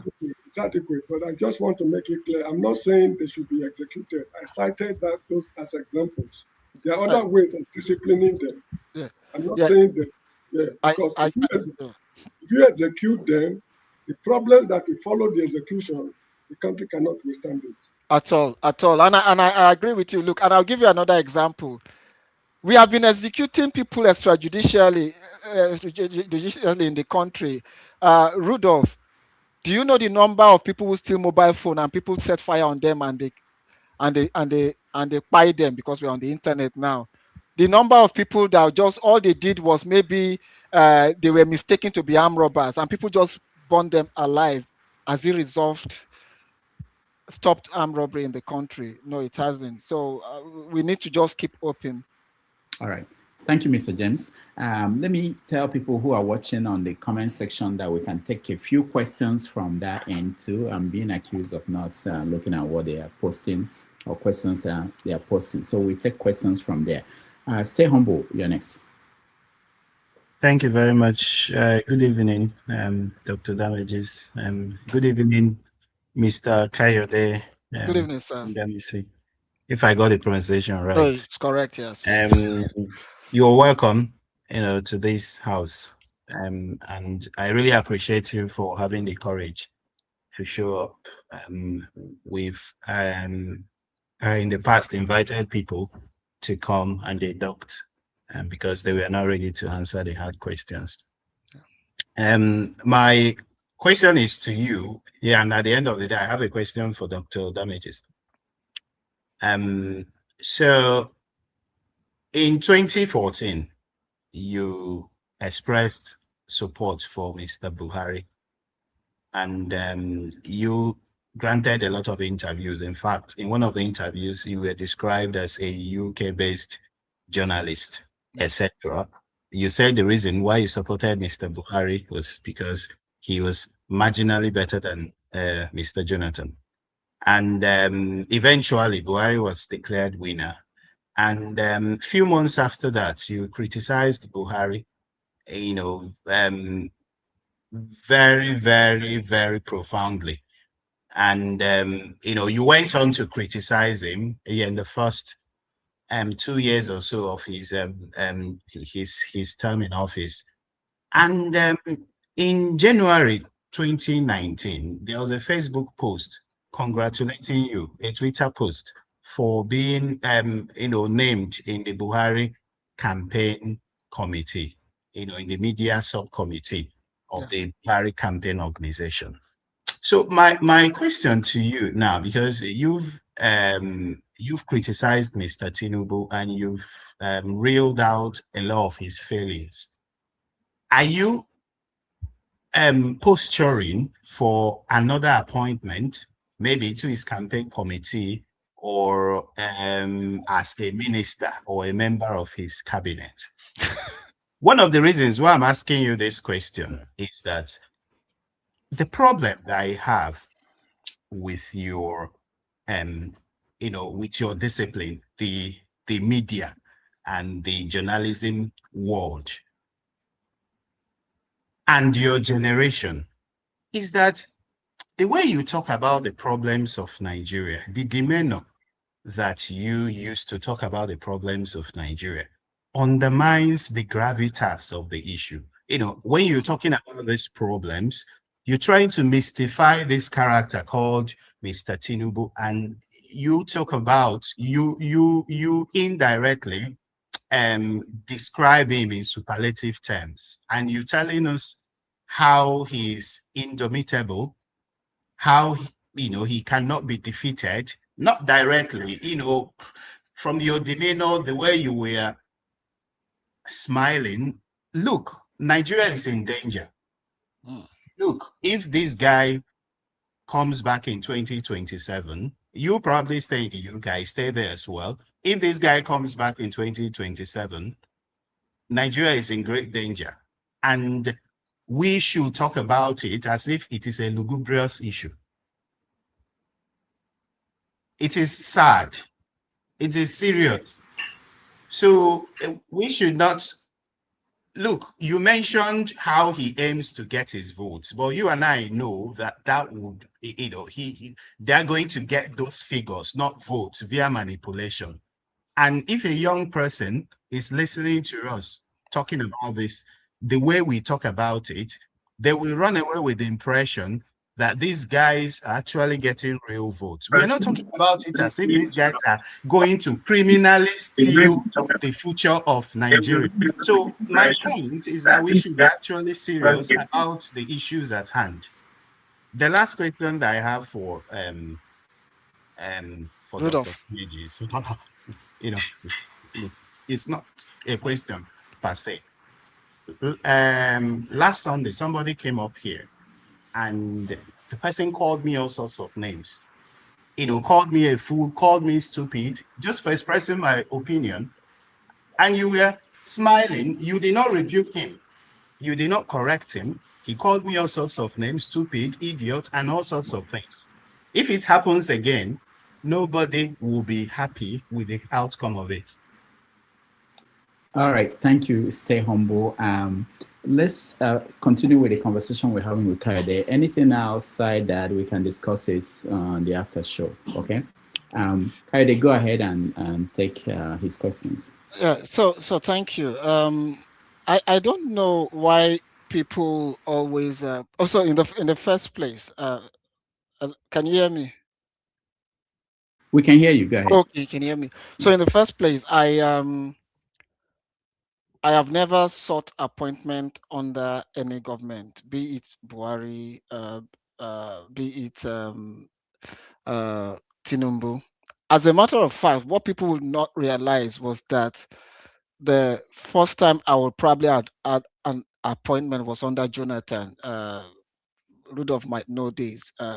Oronto Douglas was my very close friend. We had an history in the self-determination group, when it comes to Kayama Declaration, it was myself and probably Wale and other were the only two non-Ijaw people that facilitated that movement. So if it was about appointment, right, under Jonathan, one would have gotten into government. So this thing is not about appointment. That is not to say there's anything bad in offering one's service to one's country, but some people just have personal reasons why they would not be able to relocate to Nigeria and take appointments. In terms of Buhari, you mentioned it. I was quite critical of Buhari as the president, even though it was my choice for a candidate as a president, both in the first and the second election. But that did not stop me from saying things as it is while he was in government. In terms of President Tinubu, actually, amongst all the three presidents, it's probably the one I've got the closest relationship with. I was a very serious strategic person in his re-election campaign. I was in charge of security, that election in which he defeated the PDP and Obasanjo. But there's a principle behind me. That is what I recognize as the major thing that is affecting Nigeria, which is corruption. I was disappointed that Buhari did not fight corruption. I said it when he was president and after he became president. I am more disappointed under this government because I hear of a lot of things going on. And my relationship with Mr. Tinubu broke down in Lagos because Lagos became I can hear feedback. Yeah. Lagos sort of became a personal fiefdom. And my fear was that the way Lagos became a personal fiefdom, that was the way Nigeria was going to be. And that is my position on that. Now, my role on this platform is not to do the job of the opposition. I'm an analyst, I studied political science, studied international relations, conflict resolution. If you want me to romanticize you and go like, Tinubu is bad, he's going to lose the election. If that's going to make you happy, I'm not here to make anyone happy. I'm here to give my perception and go by what I see in terms of the indices in the country. And what are the indices? I was quite clear that the ruling elites are united with Tinubu. And if the election is based on the ruling elite, it's going to win the election. But I did say with a caveat, if the Nigerian people are united, if they are united to resist the kind of oppression and the state of malady we're in, that the election is for Mr. Tinubu to lose. Take it or leave it. It doesn't mean I endorse him, his candidacy, So, but my job is not to make people happy, in terms of the reality. I'll put a mirror in front of you that this is where we are today with our country, and it's down to our people, to decide. The opposition failed to unite, it would have the election is gone. But I also did say that there are certain geopolitical regions that if they follow the Osun election pattern, then it's going to be a big question mark on on Mr. Tinubu winning the election. All right, thank you. Stay humble. Let's go to a question in the comment section before I come back to the panel. This question is from Pansat. Says it's question number one. He has about 10 of them. How would you describe an individual who supported Muhammadu Buhari, a jackbooted thug, coup plotter, but finds it hard to support P2B? Give us the rationale. Is that for me, Rudolph? Yeah, that's some questions are not worth dignifying, because we're in a democracy. People are free to support who they ever choose to support. You can't force me to support your candidate if I do not believe in their candidacy. Uh, uh, uh, the same way the Tinubu people attack me now for not supporting Tinubu. So it's one of the things we fought for people to have a choice to decide who they want as the leader of their country. Sometimes you support someone, they get into government, they disappoint you. The true test of man is for your ability to that. Despite supporting them, you point out that, look, I did support you, but this is not right for our country. So you can't tie a rope on my neck to support Mr. Peter Obi. We're in a free country. And I did say, in terms of reality, I would want, for the sake of our country, that Atiku steps down for Peter Obi, not necessarily because I believe in Peter Obi, but when you put everyone on the scale now, I think, in terms of the state of our country, we need a compassion. I just look at it from the compassionate side. Look, at this point, we need someone to be compassionate about the people, but I'm not going to, it's clear people have a right to choose whom they want to choose in an election. Okay. Just before we go to the next panelist, there's another question that is connected to this one. I want you to take on. This is from Brickhouse Capital. I think he was talking about. Let's see how he framed it. All these journalists have lost their credibility. I think he's meant to write lost. Why are they not abusing Tinubu the same way they abused Jonathan? Jonathan was bullied out of office by so-called journalists like you. So that's a very common question. What is your take on that? Rudolph, Showora is doing a good job of abusing Tinubu. He's still accused of being a Tinubu stooge. I mean, there's a difference between abusing someone. Sometimes Nigeria rain courses. You're not going to die well. You're not going to do this one. You will die tomorrow. Da, da, da, da, da, da. When has causes and abuse solved the problem in Nigeria? So what changes Nigeria is the ability to convince the other person that your position is superior, that my candidate has a superior position.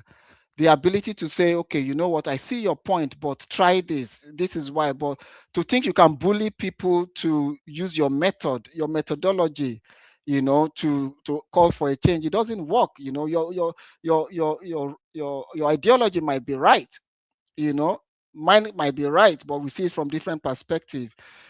So it's an emotional question, and I understand where it's coming from, but like I gave one very good example. Shore abuses Tinubu almost every single day, abuses everybody at any chance platform he's got, but he's still being accused of not doing enough. All right, thank you. So let's go to Osawakan. You're next. It got my name quite all right today, and I'm so pleased about that. You should donate to the platform. I will definitely do that. Good afternoon to everybody. Mr. Ogundamisi, I greet you. Good afternoon, sir. I see that you are quintessentially informed about the situation in Nigeria. However, I have a reservation for your pedagogy. And my question today, and some things I will say about that, is I'll call it an amalgam of what has been going on the platform and what you said. Um, my concern was when you said that, well, which is quite true, but quite complicated at the same time. It's quite fluid. You said that an average Nigerian who is an Agbo, whatever the case may be, are not really concerned about whether Tinubu is a criminal in the US or not, which kind of makes sense, right? Because they are looking for their daily bread. But when we examine, Mr. Ogundamisi, the aftermath of the Osun governorship election, and we look ahead to the next election, I think we must look beyond standard party mechanics. And because, in my opinion, what we are witnessing today is the consolidation of what I call a neo patrimonial hegemony. I think what we're witnessing today in Nigeria, is what the presidency, like you rightly described, operate like a kind of a constitutional monarch, what I call the cartel structure, where the absolute homage is demanded, and every emerging power block is systematically neutralized.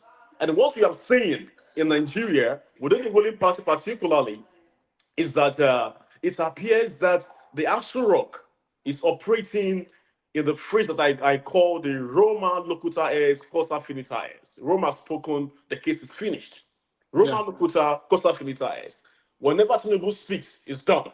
If he doesn't speak, it's still open. But what is most troubling to me, and I think for other reasonable people, is not merely the domestic feudalism that we have in Nigeria, it's also the essential state of vulnerability that we are in as a people. Because I believe that Nigeria is one of the most important black nations in the world. We are the largest, the most resourceful, material-wise and human-wise. So Nigeria becomes that knocking point in the black continent. And we have an individual who is a convict for future as the president leading that country. That should be concerning because the ripple effect is that it affects everybody. Now, on one side, when an individual goes into drug dealing and he knows the effects of drug on a human person and he still goes into it, that person is a luciferious, devilish human being, a Calvinistic being. And that person has done that business to a lot and is amounting almost $500,000. That is concerning. Number two, that same person became the president of a nation. That is more troubling. So my question to you, Mr. Ogundamisi, we can go on and on with all these things, is that is the political machinery in Nigeria truly insurmountable, or does the Osun popular resistance, like you call it, can still shatter the notion of Roma locuta cosa finita est ahead of the next election? That's my first point before I go to the second one quickly. Thank you. Yeah, no, I don't think it's not insurmountable, and there's evidence to that. Peter Obi, I keep making reference to Peter Obi's election. No one thought the Labour Party would get close to 6 to 7 million votes. And that is a demonstration that a people determined can surmount whatever machinery of rigging they put in place. That is, these are clear evidence there that is on the ground, that's been tested. If the people, look, it's down to the people. I think it was Castro, either Castro or somebody that said, look, I'm not a liberator. The Che Guevara said, I'm not a liberator. The people liberate themselves. The people must be determined, and the people of Osun were determined, and they got the kind of results they got in this last election. How do you translate that to the people in those nook and crannies being determined, to vote for candidates outside of the current candidates that we have now? That is the big question. That is not a job that we can do on the internet. It is people on the world level mobilizing in the grassroots, speaking directly to the people, speaking to their needs. The campaign, the way you structure your campaign in the southeast is different from the way you structure your campaign in the north or the southwest. There might be a general problem that unites everybody, but there are localized issues that you target, and you have to work on that. So it's not insurmountable. And I've given a very clear analysis that there are two ways to it. Either the ruling elite wins or the people decide the time for change is now. And Oshu has shown us it is possible. Um, Peter Obi's lightning numbers in the 2023 election showed us it is also possible.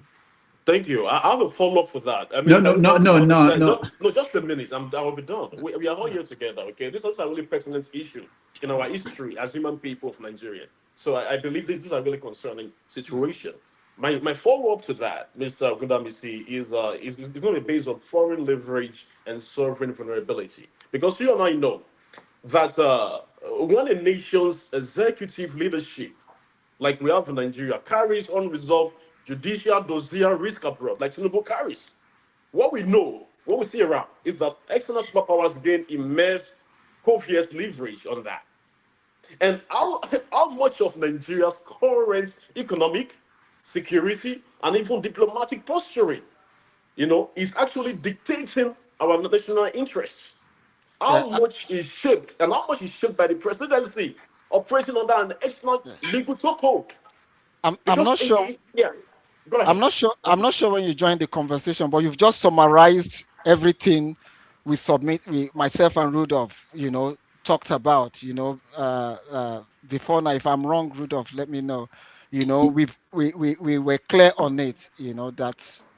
So not wanting to rehash that same submission again so that we can make progress. I agree completely with you that the fact that we have this lingering question about the alleged drug activity, means foreign influence is possible.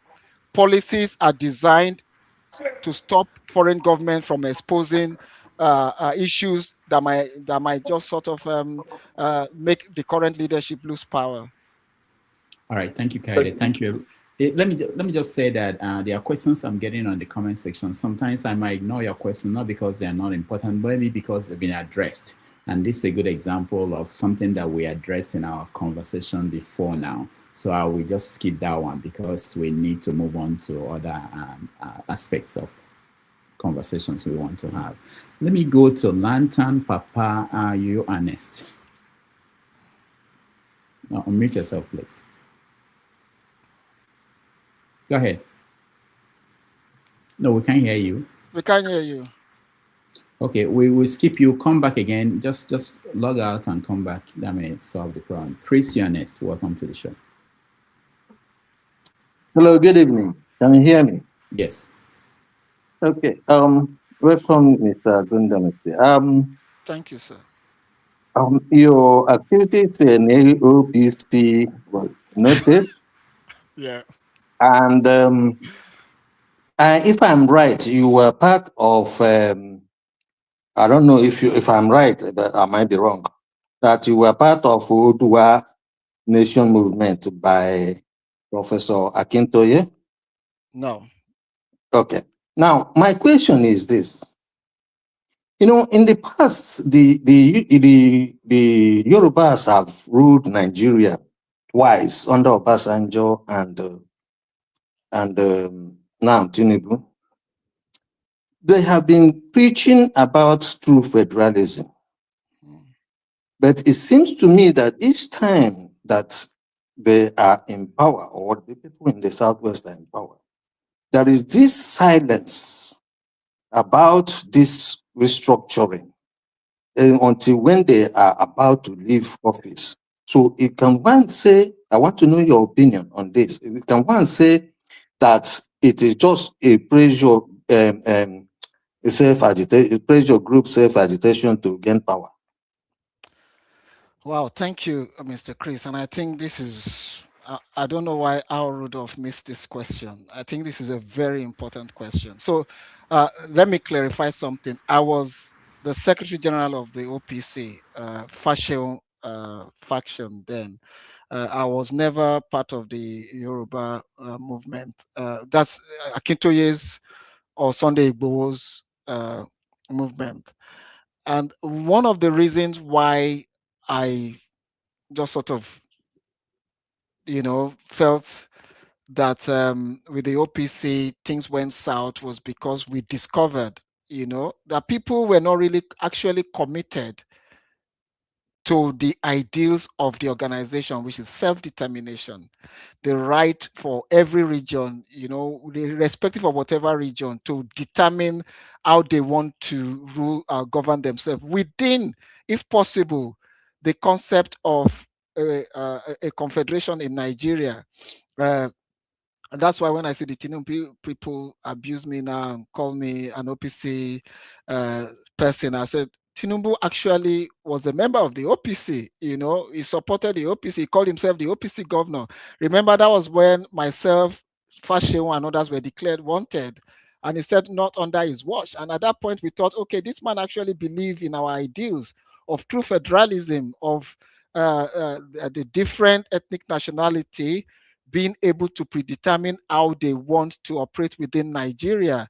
It doesn't mean one should hate the other ethnic nationality, but by the time some of us discovered these were just platforms for people to consolidate themselves, to capture political power, we sort of broke out and said, no, I can't waste.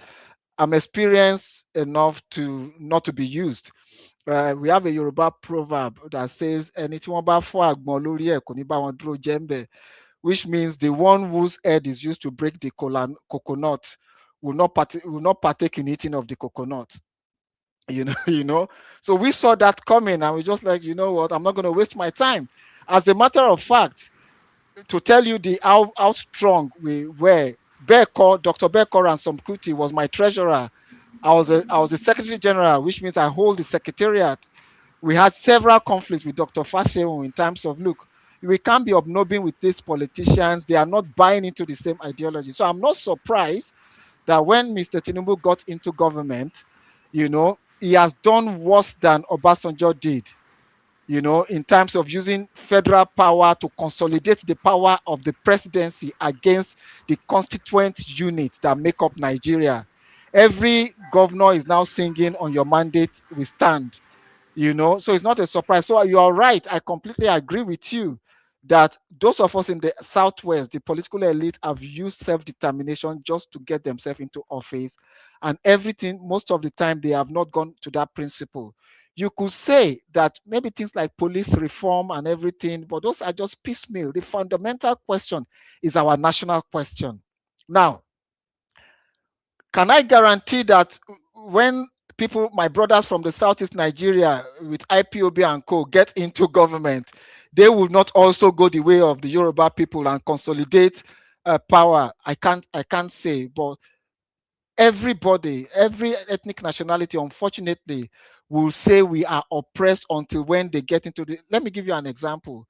The Jaws, when Jonathan became president, they acted the same way the Fulanis would, quote and unquote, hegemony acted when they were in the villa. And the same thing under the Yoruba presidency. This government has served the interest of not just the Yorubas, but loyal Lagos people to Tinubu as the president. So I cannot disagree with your submission that most times when campaigns were made, they had just been a conduit to get into the villa, and once you get there, it's a different story. That is all I can say on that. All right, thank you, Chris. So Kayode, they are saying that you threw me under the bus by saying that how could I forget that question?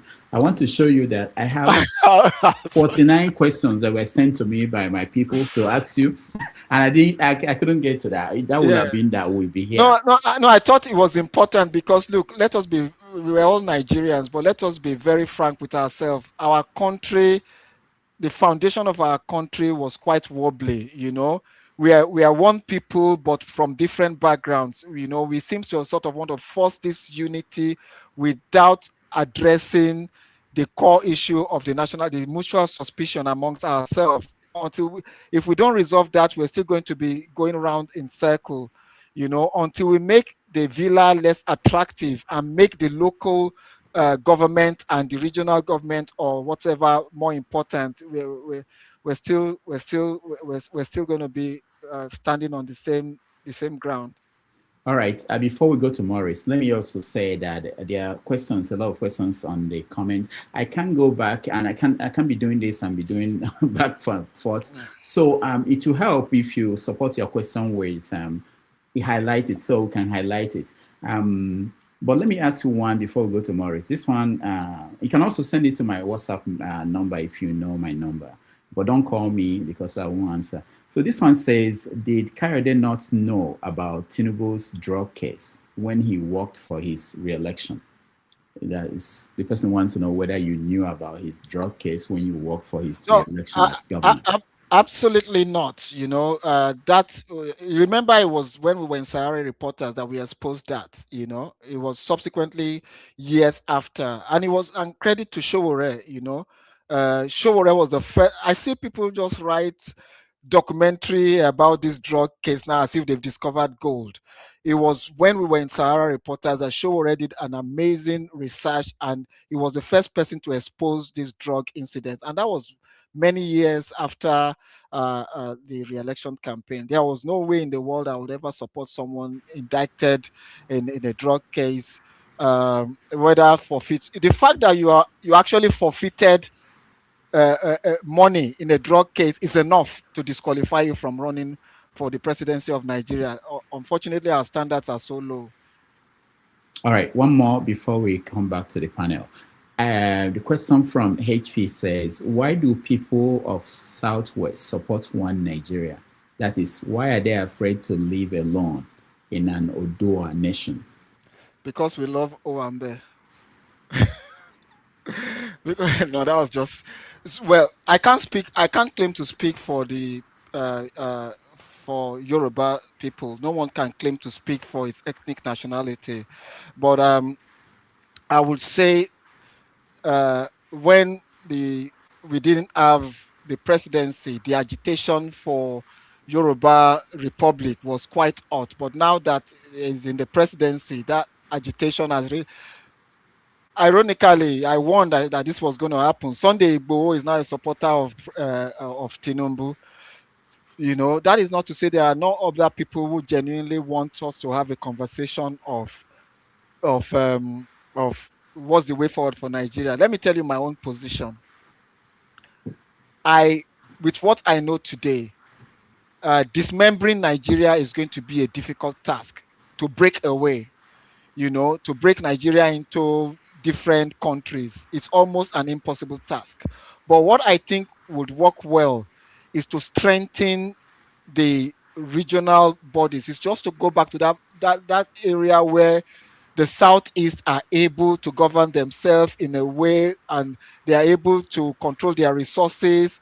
The South, the 6 geopolitical zones. But Rudolph, the irony of it is that if Yorubas have a republic today, that is when you realize that Yorubas are not as homogeneous as you guys think. Those of us in Ondo State feel we are oppressed in Yoruba land, and that it is the people of Ogun State, they've produced presidents twice, they've produced vice presidents. That is when the real issues within our own tribe will come out. I can't speak for Igbo land, but I'm sure when I served in Enugu State, uh, people of Enugu were called Wawa people, and they were seen as inferior by people from Anambra State. I knew then when I served in Enugu that in the civil service, people in Enugu State civil service who were not from Enugu State, that is when you now know that there's this so-called homogeneity of Igbo people, Yoruba people, Ijaw people are not really homogeneous, as it is. But if we can devolve power, it will reduce the agitation for breakup. And let me put this clearly, Rudolph. No one can break up Nigeria except through a war. It's not going to happen unless through you fight a war, and I would never support that to happen. I would never. Maybe I'm not a coward. I've been involved in witness conflict. But the process of breaking Nigeria into pieces is almost impossible. To change that constitution, you need 2/3 of the National Assembly and the State House of Assemblies. Power, the numbers are so tilted that the regions who do not want a breakaway have the say, than other regions. All right. Let me go to Maurice, and then I'll come back to questions from the comments section and other questions that I have. Maurice, go ahead. You're welcome to the show. Maurice, unmute yourself.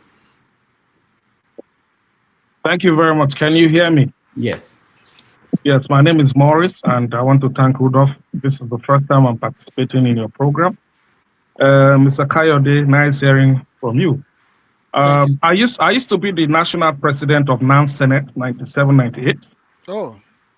And I graduated from ECOWAS, so I've been part and parcel of the fight for democracy. And apart from that, I've also contested elections. I lost, and I also contested election. I won. The challenge I have is that, honestly speaking, being a former CEO, Chief Executive Officer of a local government, I came to realize that the people themselves do not even want development. You know why? They prefer what you give to them.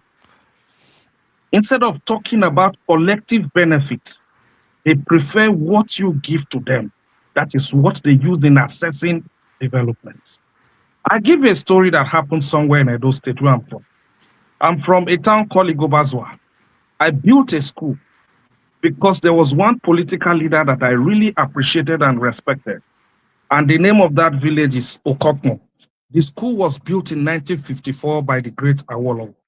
It was a mud school. I brought it down, built the school, made the school a modern school. And I noticed that the people go to stream every day to fetch water. And I installed an industrial borehole. Guess what? When this leader saw me, what he said to me is, Maurice, I'm not happy with you. And I said, sir, why? He said, because I just abandoned him. I said, how, sir? I said, I built a school for your people. Your people go to the stream to fetch water. I've given you industrial borehole. In fact, I also installed a generator that will give and aid the students, to learn, the pupil to learn. You know what he said to me? He said, Maurice, is it the school that he's going to eat? Is his children the only people that go to school? I shouldn't say that. I can give you arrays of examples of how people themselves encourages political office holder, because they are only interested in what they want.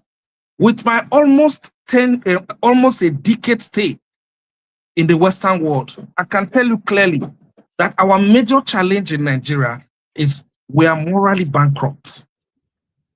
I'm telling you, we are morally bankrupt. When this program started today, I was right at the beginning. I heard everything you said. But because today's a question and answer thing, right? I will not want to dabble in. There are some areas where you raise certain issues that I disagree with. This is because I believe that there are moral questions to such attitude. Because the truth is, I see no reason why government will be constructing road.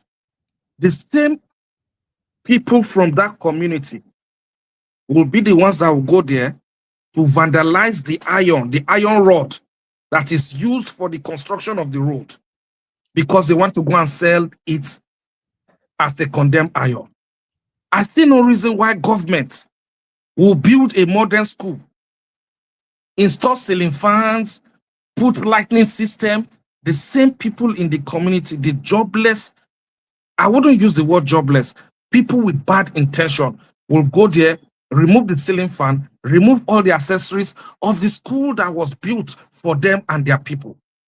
Or you want to talk about employed nurses who were posted into the hard-to-reach area, despite the fact that health centers are built with doctors' quarters and nurses' resting room. They prefer to come from Benin every day to place of work and endanger the people, of the community where they are working. Or you want to talk about a teacher that teaches in the primary school, and when she's going, she goes along with cooler and some bucket. She has already fried buns, chin-chin, and sweet that she sells to her own student that she's teaching. You see, on and on. There are examples you can give about our moral attitude. Or you want to talk about the elective officers who they will be given opportunity to write their names in the sands of time instead of them to govern, rightly because of moral question and moral character. They do the opposite. Or you want to talk about the young youth who will be picked by his community as a liaison officer to liaise with the contractor constructing road or infrastructure in his community and report to his community instead of him to ensure that the contractor meets with the standard of what has been put in place in the scheduled plan of the project that they are supposed to carry out. Because the contractor will call the same youth, mobilize him some resources and tell him, look, this road is supposed to be 6 inches thick and maybe 16 inches wide. But you see, because of certain reasons, we will not be able to provide this thing right now. Just have this to yourself.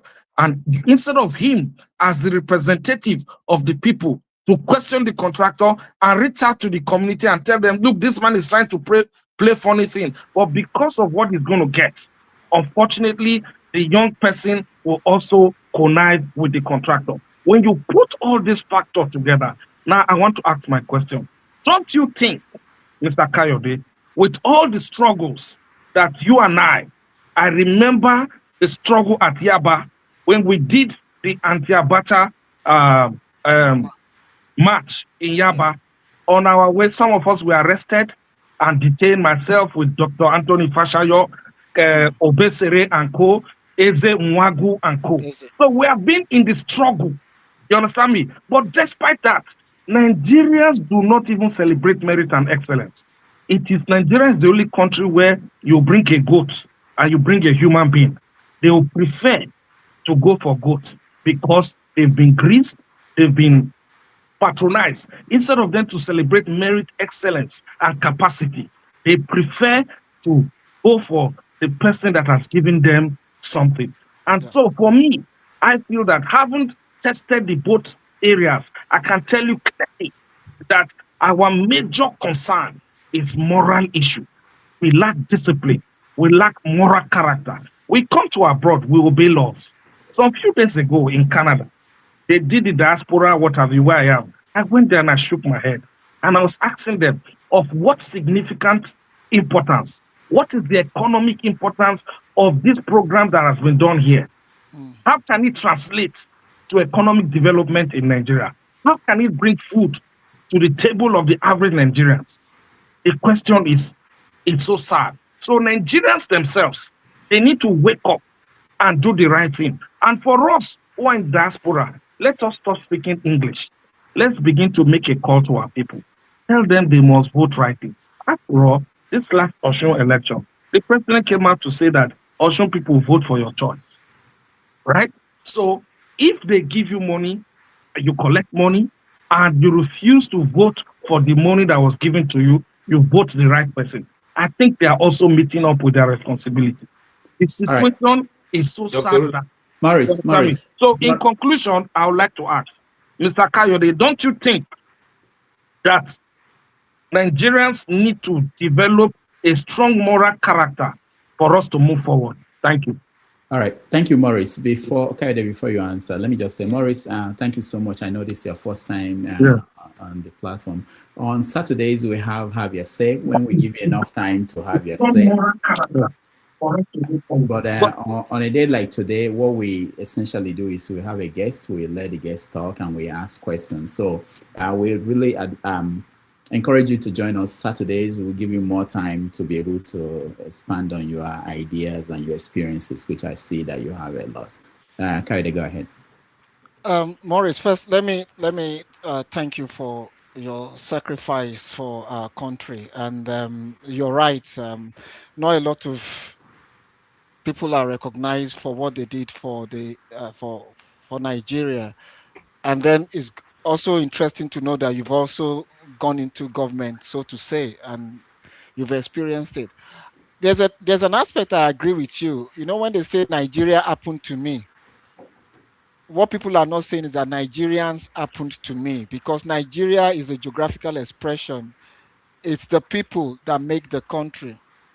But having said that, what do you expect if the wife of a president who has never had a job in her life, who is not known to be, uh, has never An had inventor.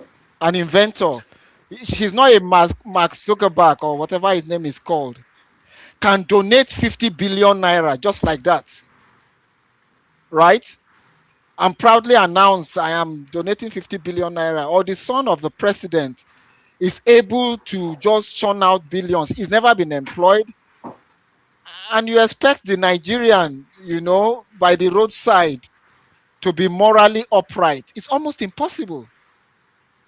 And mind you, leaders do not come from heaven. They are from the people. Maybe that's where you're right, that as a people, we need to sort of like I made an analysis that when the rain falls, it falls on every one of us.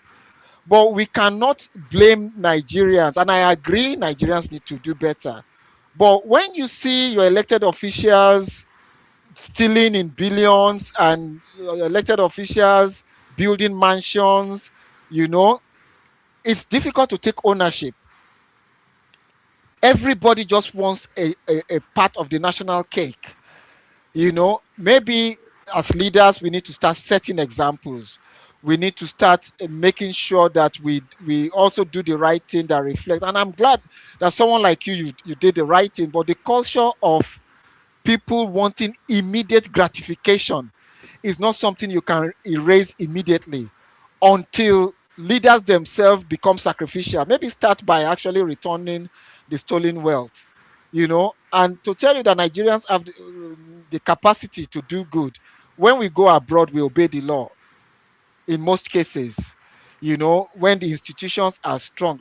For example, the school you built, you know, you will not be able to provide security because the securities are not there. Security is not there. There are no consequences for bad behavior. So when there are no consequences for bad behavior, institutions have been hijacked or institutions don't exist. It's free for all.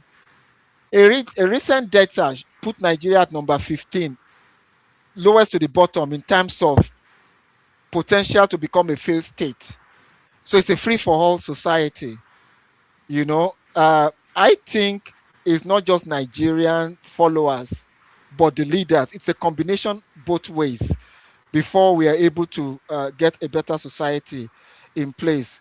Uh, if for example, in Lagos, I use the example of Lagos because that's where I was born. That's where I live most of the time. Development is centered towards the island. There is the ghettoization of certain aspect of Lagos. You can't ghettoize some certain aspect of Lagos and expect to build decent human beings from those communities. You're going to have those members of communities sabotaging whatever so-called efforts you're trying to put to right the wrongs. All right. Thank you so much, Maurice. I will take a question from the comments and then from my phone, and we'll take a break. When we come back, we round up with a few more questions. So this one is from Yusuf. It says, a decade ago, before IPOB agitation became violent, Mr. Kayode weight of anger against Nnamdi Kanu and IPOB. What is his position presently, since in your closet, you admit that Nigeria is hopeless? I didn't admit that Nigeria is hopeless. Let me make that clear. I said that sometimes you wander towards that, but I want to hope for Nigeria. I'm surprised this IPOB question came towards the end of this program. You see, what people do not understand was I was one of the very few people that gave my platform to Nnamdi Kanu as his group. You can go on YouTube. I had a live TV program in the UK on Ben TV. No one wanted to touch IPOB. But because I had this experience in the self-determination group, I thought, no, what they are agitating for, you can't wrong. They have a right to agitate for what they are agitating. I gave them a platform. In fact, the owner of Ben TV, my chairman, the Alistair Shoyede, when he heard I was bringing IPOB, he threatened he was going to pull the program off the year. I said, no, they have a platform. So I gave them a platform. I beg everyone to go on YouTube, just Google that program. Nnamdi Kanu's deputy, Ejimafo, if I remember his name clearly, was the one who came on the program. And what he was spewing out, I was like, are you guys, do you know, I thought you had it all put together. You don't come on platforms and telling me you're going to mobilize guns, you're going to harm your people, you're going to make an insurrection and expect my support, because I've been there. I saw the implication. I saw how the OPC almost metamorphosed into a Frankenstein monster. And I predicted that if you're going this way, IPOB is going to metamorphose into a Frankenstein monster. And that was my basis of opposition to Nnamdi Kanu's IPOB, not against the principle of what he was agitating, but the method. If I had been listening to, many people would not have been killed. I was like, no, your method, what you're talking about is right, but the method is going to create Frankenstein monster. Based on our own experience, you need to shut this down. You can't come openly and be saying you're going.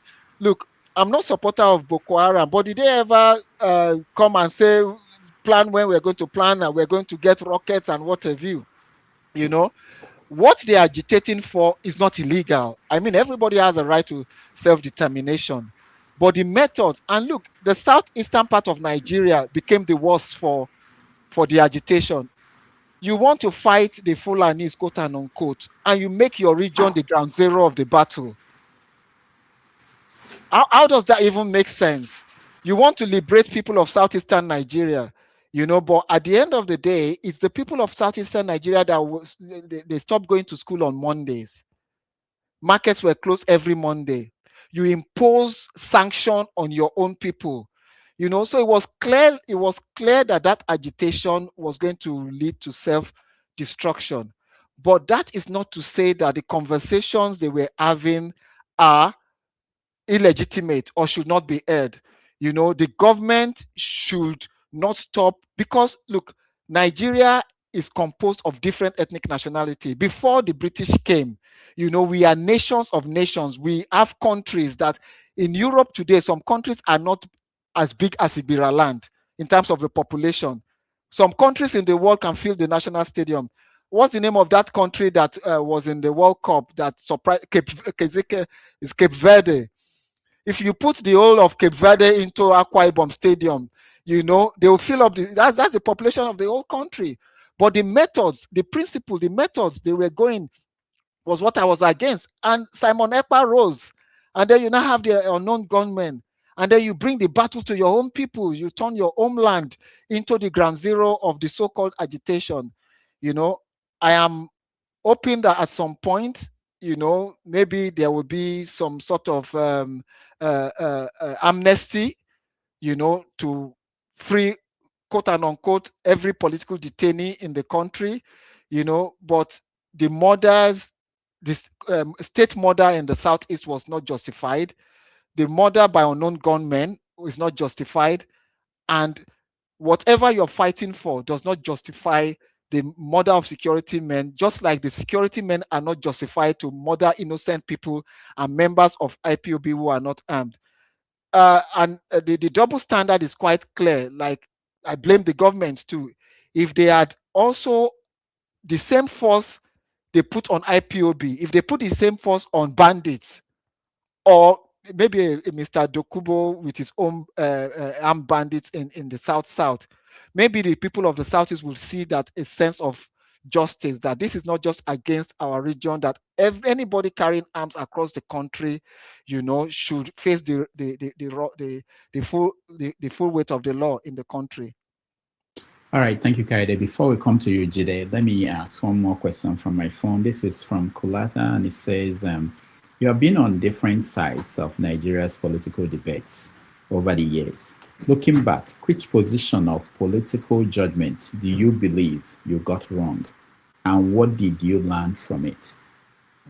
That's an interesting question. I would say I've been always right in most of my political decisions, except for the support for President Buhari. I overestimated uh, President Buhari's resolve to fight corruption. And that was the basis for me supporting President Buhari, because I was quite nostalgic about the Buhari Idiagbon combination. Because for me, indiscipline was the core of our problem in the country. Corruption was the core of our problem in the country, and that is the area I would say, with the benefit of insight, I would have completely stayed out of that election. Probably not support Goodluck Jonathan, but just remain. That was the only miscalculation I would say I've made, because at the end of the day, it's now clear that there were more corrupt people in that government than people that were not corrupt. The areas where I didn't think the president was going to do well, he did well. But the core area where the platform for which that support was came in, it failed woefully. Corruption was rife under the presidency. I hope that answers the question. One more. This is very important, but it's not well framed. I see comments around that. So let me see if I can get one of those comments. It's about the media and USAID. I think Ovie was trying to ask a question around that. There's been this, anytime somebody from the media comes here, it comes up, the issue of sponsorship of the media. And media all over the world, they are struggling. And most media in Nigeria, they depend on grants from non-profits. They use this USAID to frame every media. What is your take on what was revealed by on the activities of USAID in Africa or Nigeria? And how is the media sponsored? What is the influence of money? Who pays the media? Who brings in adverts? And just go on that topic. Oh, Rudolph, I'm going to be very careful here. I'm going to speak in tongues. I'm a follower, admirer of Chief Gani Fawehinmi. And when we were during the pro-democracy struggle, Chief Gani Fawehinmi was the only Nigeria that I know of amongst us in the activist movement that refused to collect money from any foreign donor. It was a matter of principle.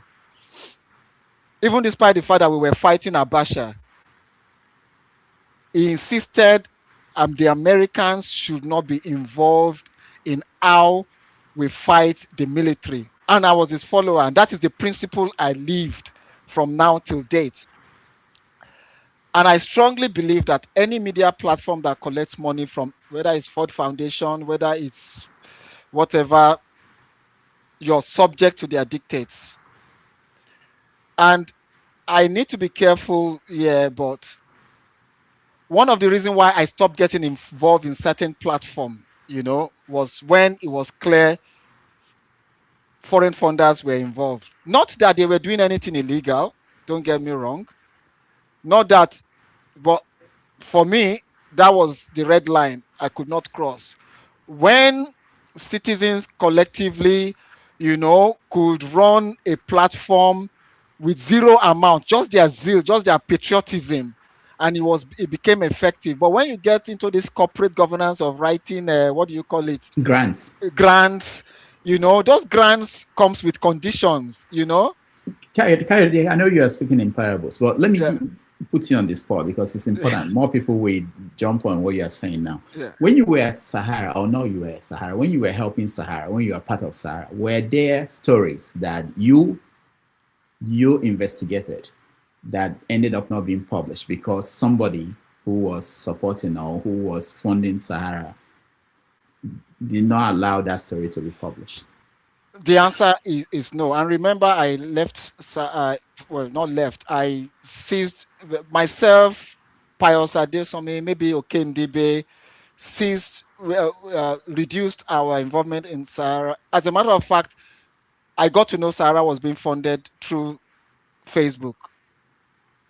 Through Facebook. Shore is alive, and since then, the interaction with the platform reduced. You continue to putting you on the spot on the platform. I It's not a condemnation of the method, but it wasn't just my, it was on principle. Like I told you, I come from the Ganifa Wemi Foundation, background, school of thought, and that is not an indictment on the people there. I just felt these foreign donors have a way of causing trouble where they're not, or where there is, and we can see what they're doing in the Sahel and what have you. What they did in South Sudan and those places, what they did what they tried to do in Addis, what's Addis Ababa, where they have the AU. country in the, yeah, you Ethiopia. know. So I can say 100% that I was never aware of anybody influencing the editorial policy of Sahara Reporters. But in terms of funding, uh, not when I was there. By the time, in fact, by the time Sahara Reporters became an official platform, where they had an office, you never saw me. I've never visited the office. I don't know where it's located. You know, it was a policy. It was a decision made by the founder to go that way. A lot of us didn't go that way. It's not an indictment on his person. It's not accusing him of anything untoward. But for some of us, it was just a red line that cannot be crossed, because these guys have a way of brewing troubles across Africa. Whether we like it or not, some of these organizations are just agents of the CIA. They are front organizations for the American government. You know, they would want to destabilize. All this so-called research are research for the CIA. They are not really, when they say go into one village and go and find out the number of this thing. You're spying for the CIA, basically. When you write this report, let us know the level of this. Da, da, da, da, da. In areas they can't put CIA agents across the globes. So they have to use NGOs. They have to use media platforms to do all these things. So that is not my line. From I left university in 92, right? From 92 till date, I have been gainfully employed. I am satisfied with the little meager thing I earn, legitimate. I can account for every single kobo. No government from Buhari, Jonathan till date can say they've ever given me a dime. If they had, the books would be clear. The Tinubu administration would have exposed me. Jonathan would have exposed me, but foreign funding is an area for me that is morally wrong. It's not morally acceptable. Not to say it's an indictment on the people who take foreign funding. All right, thank you so much. Let's go Because Rudolph, just to conclude, if they can fund you during peacetime, they will fund you during wartime. They will pump ammunitions into rebel groups, like they are doing in Syria, in Iraq, and all these places. And they do all these things through all these NGOs, to achieve their aim. All right, thank you, Kayode. Jide, you're next. Yeah, greetings, Dr. Rudolph. I think you invited a great guest. I think you invited a wonderful, well-informed, intelligent guest. I think greetings to everyone on the panel. Yeah, I was lost with a lot of his opinions. Greetings to everyone. Greetings to everyone listening. I think first of all, I really want to commend the guests, like Mr. Kayode, for being well informed with his balanced analysis. I think for most part, I think a lot of the things he has said, I really concur with a lot of things he has said.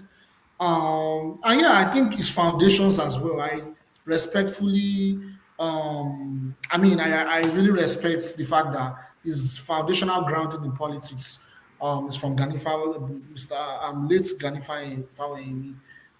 That's incredible as well. But there are some things that were discussed earlier. I want to go back to it actually. So a previous panelist before I came in, brought Mr. Morris. He said something about our people, which I kind of agree with, about the problem with our people, the moral bankruptcy of our people, the lack of dignity that people are going through. Not everyone. I mean, it can't be everyone. There are over 200 million people in Nigeria, but there will be exceptions. But for most part, the core of the population, I'll put it that way. When you look at the pattern of our people, and it's a concern. And yeah, I've always said it that when there is scarcity in any society, it breeds crime, it breeds violence, it breeds high level of poverty, clearly. But also, I also think one of the main, but you have that example in other parts of the world, because I always like to connect things to other parts of the world so we can learn from other parts of the world, other people that are like us. Like if you look at countries that are very poor, but they are still in alliance with their governments, they are not morally bankrupt like our people. Like if you look at what's going on in Iran, Iran is going through extreme hardship because of their war with the US, right? I need to call it out. With the US, the unjust war they waged against the country, against Iran. And the people are still standing in support of the government. The people are still standing to fight for justice, to liberate themselves from this imperial entity, right? So that's the point I'm making now is a people where the people are, for Nigeria to be successful, for Nigeria to prosper, for Nigeria to develop, the people are going to be the solution. They have to organize, like you said earlier, to vote, to organize, to revote, or to vote for the right candidate. But now, that said, the people can also be a body. And in the context of Nigeria, I'm really concerned that our people can be a body. For example, the recent election that happened, I do not see much difference from a class perspective. I do not see much difference between Tinubu, that is in power, and the current guy that they just voted in, Adeleke. I don't see much difference. In fact, they are all in the same class, and they manifest the same things. They are aligned with the imperial entities that are causing the destruction in our land for over 400 years. They are aligned with those people than with the people of Nigeria. So the point I'm making is, wouldn't it be a burden if the people are making the wrong choices that would hurt their future, their current reality, and would also destroy them? Like, a lot of them want Peter Obi in. But the same thing with Peter Obi too. I do not see any difference between him, not Ganifa, sorry, excuse me, forgive my language. Adeleke and Tinubu, because I'm very grounded in class consciousness. So I don't see any difference in all these people, and I follow them. I listen to them. I don't see any difference among these people. Tinubu, when he was not in power, he said a lot of things that Nigerians wanted to hear. He talked about poverty, he talked about corruption.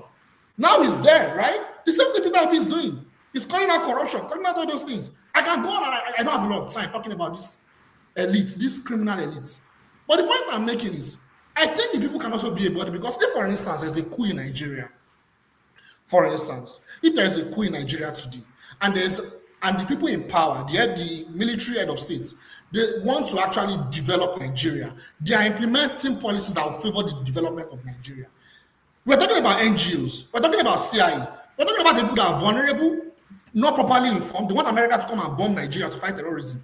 Those kind of people will be used as a lever to cause regime change on the military. So now the people can also be a burden. So now my question is, it may be a long go, but I'll be fast. If you look at history all over the world, in as much as I do not want bloodshed in Nigeria, I do not want violence in Nigeria for a real change to happen in Nigeria. I do not want that.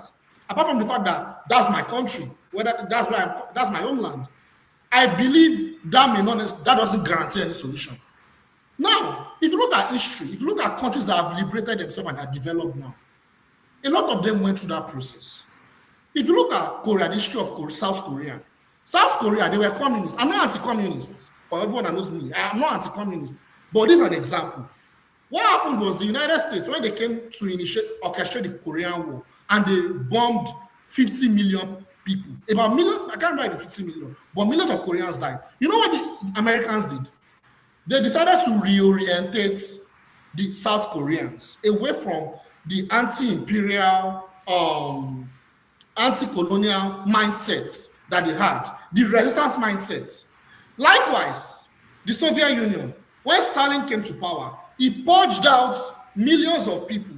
In fact, it was a very murky and dirty battle, the time he was in power, to reorientate the Russian people towards align with communism. So the point I'm making is, how can our liberation come, or how can Nigeria get to that promised land without the people being a burden? Because currently, as it stands, the people seem to be a burden rather than them being organizing to take their destiny. I'll stop there. Thank you. I don't have a lot of time. Thank you. You've taken a lot of time. You say you don't have a lot of time. Kayode, go ahead. I think it is made of the people can be a burden, they can also be an advantage. I think I keep going back to revolutionary change, and I always try to limit my examples to Africa because we have almost similar kind of, situation, and I've looked at countries that have gone through revolution, quote and unquote, in recent times. South Sudan. In fact, this actually fits into the IPOB narrative. South Sudan sought self-determination and they got a country. And today, they are worse off than when they were with Sudan. It's quote and unquote a Christian and animist nation. No, Islam has been chased out, but it's literally an ungoverned state. That's South Sudan, right? Almost homogeneous. Sudan went through a revolution, the people's revolution. They had this woman that was like Aisha Yusuf, that is the symbol, that the Western media promoted. The picture is all over the place. Revolution has come. Today, Sudan is gone. The war is still going on in Sudan. As a matter of fact, there are a lot of Sudanese cursing that woman who is the symbol of democracy, and say, look, we should have stayed where we are. Libya, Gaddafi, the West, sort of, there's a revolution, good governance. Today, Libya collapsed, transcended and affected all the way to Nigeria, where Boko Haram is as a result of arms that came out from Libya. I can go on and on. Syria, is it Syria you want to talk about? And that is where I say sometimes we need to balance. It's like you want to, it's like, I see it as an elastic, liberation in terms of elastic. Like you draw it. You see, if we draw this in too much, it goes snap. And if it snaps, there's nothing for us again. This is where my position is. Not that I've been a revolutionary. I mean, for God's sake, I was arrested allegedly for taking part in the knowing about a coup. I faced a military tribunal by the Babangida regime with 5 generals on the panel, thanks to Gani Fawemi, who stood for me as a lawyer. Spent over 2 months in just prison. So it's not a matter of coward. It is learning from our mistakes. And I say there's something I forgot to say, Rudolph. With the Nigerian left, we blame the Nigerian people, but even us, we failed. Whether it's Shore, whether it's Ogundamisi, whether it's Opeyemi Bamidele, whether it's our late comrade, that is the Shima Obani, we failed. We fought for democracy, right? And then when it was time to go into election, we threw power into the streets for the Tinumbus to pick up. We were like, no, we don't want to be into politics. We were so rigid. It's either national conference or nothing. And the Boris, the Tinumbus, the Ojus or Kalus, who opposed us, who were with the military, Ojus or Kalu was part of the 10,000, 1 million man for Abacha. We fought for power. We got power from the military, and we left it on the street for the same politicians, the political class, to hijack power. Tinubu was never in the left movement. He was never in the left movement. He only joined during Abiola's struggle, and he was abroad. He spent his money on it, So we cannot sort of alienate ourselves from the blame. Our contemporaries in other parts of the world who took part in pro-democracy struggle, they did the struggle, they took over power, they put their vision in place, and their countries are a bit better for it. Otherwise, someone like Showore at the age of 50 should not continue to be carrying placard on storming courts every single day, because our contemporaries in other parts of the world are already retiring or they are in government. So we can't sort of alienate ourselves from the blame too. So it, I always avoid comparing ourselves to countries outside of Africa. I always try to restrict within Africa, you know. So I believe truly our people are also an impediment on their own progress, but it's a combination of the people and the leadership, you know. And Osho demonstrated that people have the capacity to resist. I keep going back to Peter Obi. Peter Obi's 7 million votes demonstrated that people also have the capacity when they are determined to resist. It's just how do they consolidate on this effort? How do we penetrate? How do people who are campaigning for change penetrate this and support them? You know, how do we get somebody like fantastically Shora is doing well? How do we get him to the point where he's able to provide an organized leadership for the left, you know, in which he's not seen as it's just Showore, you know, just that's the missing link, basically. All right. This is an interesting conversation, but we've done 3 hours. We are going to take a break. When we come back, we round up. There are so many follow-up questions that a lot of people have. I still have questions coming to my phone. Mazavara is here. Before we go, Kayode, I want you to think about this, because you said something about South Sudan. And I remember the pushback I always have about this example of South Sudan. They fought for more than 30 years before they finally got their independence. I don't think a group of people who've been fighting for 30 years, you have a generation who knew nothing but war, you grant them independence and expect them to just start enjoying and now they're still fighting. Yeah, they have to continue. That's all they know. It will take a while before you get a nation. But the question I always have for people who use that example is, if the story was different, if they got independence and they are living peaceful life, happy, and is the best country in Africa, would that make people in countries like Nigeria to say, oh, if the Biafrans want to go, let them go. If they do what people want to go, let them go. Would that be an incentive to say, let them go? And for people who are saying, you know, for instance, there are people who are saying they don't want the Odua people to leave, would they now say, you know, are they saying that because they care about them? Or are they saying that because they just don't want them to leave? If you don't care about them, let them go. If they fight, let them fight and kill themselves. What do you care?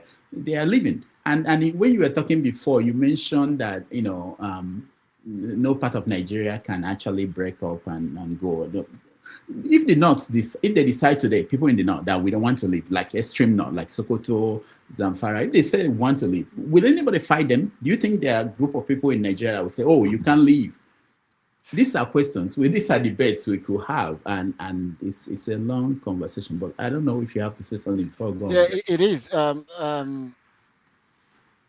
Look, it's difficult to break Nigeria. Is a very difficult task. You know, I designed with some committee, with Dr. Fasheun, with quite a number of Yoruba intellectuals. We actually designed the geographical boundary of Yoruba land. We designed what we'll do in terms of immigration, what will be in terms of policy. We couldn't come into an agreement. We could not. I can reveal it here. Even within this core underground movement, it was like, okay, why is it Ondo? Why not Ibadan is the historical capital? Why must it be? In fact, Lagos people were saying that we are not part of whatever you are doing. We just want to use Lagos resources to establish a Yoruba nation. You know, so it's, and apart from that, we have so intermarried, interconnected, everything. Look, I went to Anwar Islam College in Lagos. There are Igbo boys who were in my class that when you meet them today, you will never believe they are Igbo. They are more Yoruba in many cases than a lot of my Yoruba people. You get what I'm saying? It's hard, you know. But And you talk about northern Nigeria. When last did you? I was in Sokoto, right? You will not believe within Sokoto there are parts of Sokoto, like if you step, this is Niger, this is Sokoto. You hardly you're able. How do you divide? It's tough. And the question of thinking the north is homogeneous is wrong. yeah, I'm not saying the whole north. Okay, Yeah, I came back from Kano last year. I was in yeah, Kano. To me, I saw the Salah event. It was a yeah. different world. Now, you remember when Majoka, I was in school when Majoka planned the coup, and I remember the Majoka said that this part of the north, they are not part of Nigeria, and Okay. we are kids. I was in I think first year in college, and we were saying to Northerners in our college, you go, you are not part of Nigeria. No, I think that if that part of the country should say that they are leaving, the point is I don't see the Yoruba people or the people in the south or the southeast or the middle belt raising an army to say, oh, Sokoto, you can't leave Nigeria. Zamfara, you can't leave Nigeria.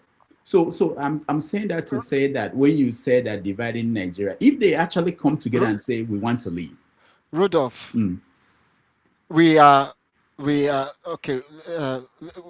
With the clear difference between us on this platform and ordinary members of the OPC, IPOB, and those other group is that we can put our emotions aside, despite our position, and look at things from a very scientific. I'm a political scientist, right? There is one constitution of Nigeria. Whoever is the president of Nigeria is sworn in to protect the territorial integrity of Nigeria. Whether the person is Igbo, whether he's Hausa, whether he's Fulani, right? And the ruling elite, the standard is they want to sustain their class structure, right?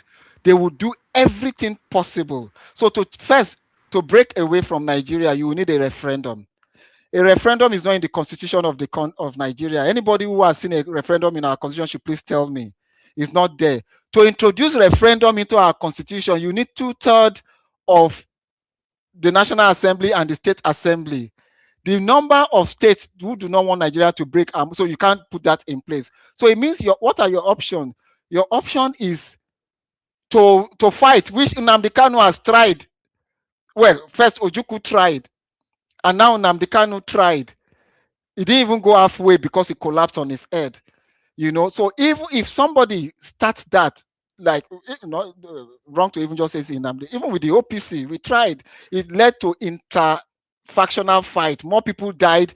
We didn't even get an inch. We didn't even get to Kwara, not to talk of being able to get a republic. So yes, you might have the wish to want to leave the country, but the only possible way will be through illegitimate means, quote and unquote. When I say illegitimate means, I don't mean you don't have a right to self-determination, but I'm talking that as far as the constitution is concerned, doing it will be violating the constitution, and this ruling elite will protect that system that is in place. And that's when, the only option is to go the South Sudan way. It means we have to fight a war, a long war, to the point that you make Nigeria ungovernable. So the ruling elite will now say, you know what, at this stage, make una kuku go, because at the end of the day, there is no Abuja again. Abuja has been bombed. There is no Oka again. Just carry your wahala and go. And when you all go, you now have to be dealing with your own intertribal crisis, where in the southeast they will tell me, if you see an Mbise man, a snake or a python, kill the Mbise man and leave the python. So the intra competition amongst us will now break southeast into small pieces again.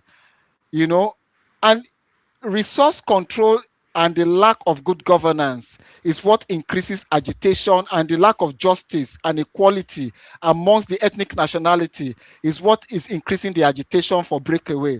If the Igbo man, Hausa man, Igala man are able to live peacefully in any parts of Nigeria, do their trade, and they are progressing, They won't even remember. Look, when I served in Enugu, there was no hostility.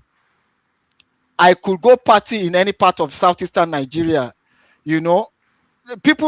Ordinary people were intrigued by me, a Yoruba person, being in Enugu.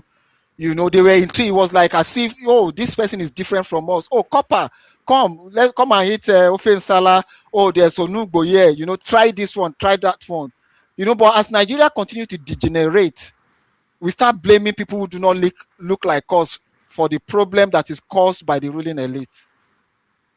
All right, thank you. We have to. Thank you so much, Mr.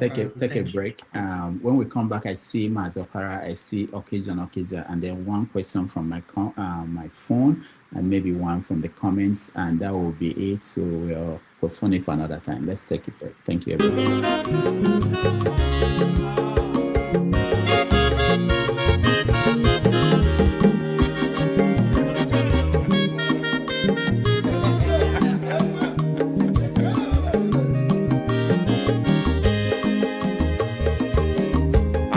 Onye ọma zoro bio akwa nwa zoro bio Max ịbịa bunye gokwanụ m n'ofube n'azụ ụlaga n'ịbịa zugo mmanwụ ụlaga do n'ịbịa zugo akwa nwa ilochi yo biko rapụ zoro ka ọ nabazi ya onye ọma zoro biko abụma nwatara ndosari ịbịa onye nịgwana m ụlagado n'ịbịa zigo mma ụlagado n'ịbịa zigo abụma nwa ilochilo biko rapụ zoro ọ na-abazi ya Mazi welcome up Odogu no kwere zinenka Onyomo niga delemo Mazi ni bazi kame Ibu go with melody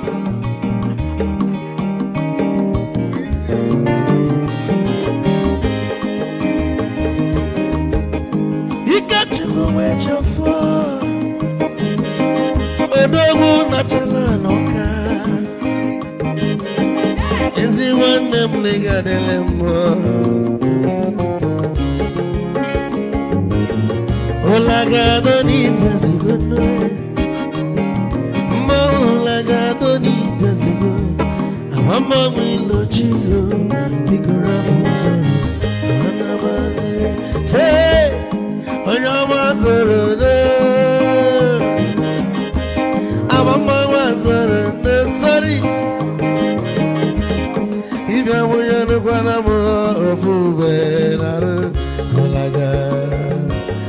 Mulaga, don't Piazugo, Nazaboy. Mulaga, don't Piazugo. Amama will chilo, Biko Rapuzoro, Anabazi. A double canal be kitchen for.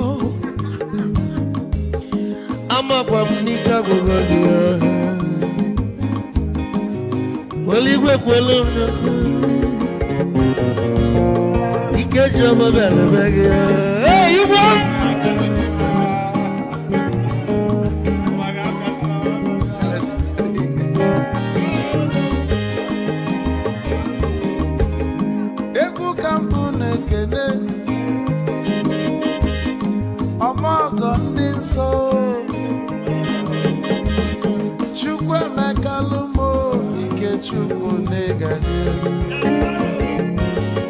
Esi nwanne m ekene ịlapụ ife niile na-eme wee bịa ka gosili na anyị na gị bụ nwanne Wisdom ga-adị ka nye gị maịkị ka ogobanya bụ egwu isili maxi ọ bụ na-etiri egwu a malụkwa malụ n'imego m ife ọjọọ wee sị gị nwanne m ife ọkụ na-echọlụ na ngeme wisdom onume ekene gị agbamanwe iyo iyo biko lapụ nabasị ya zoro zoro zoro zoro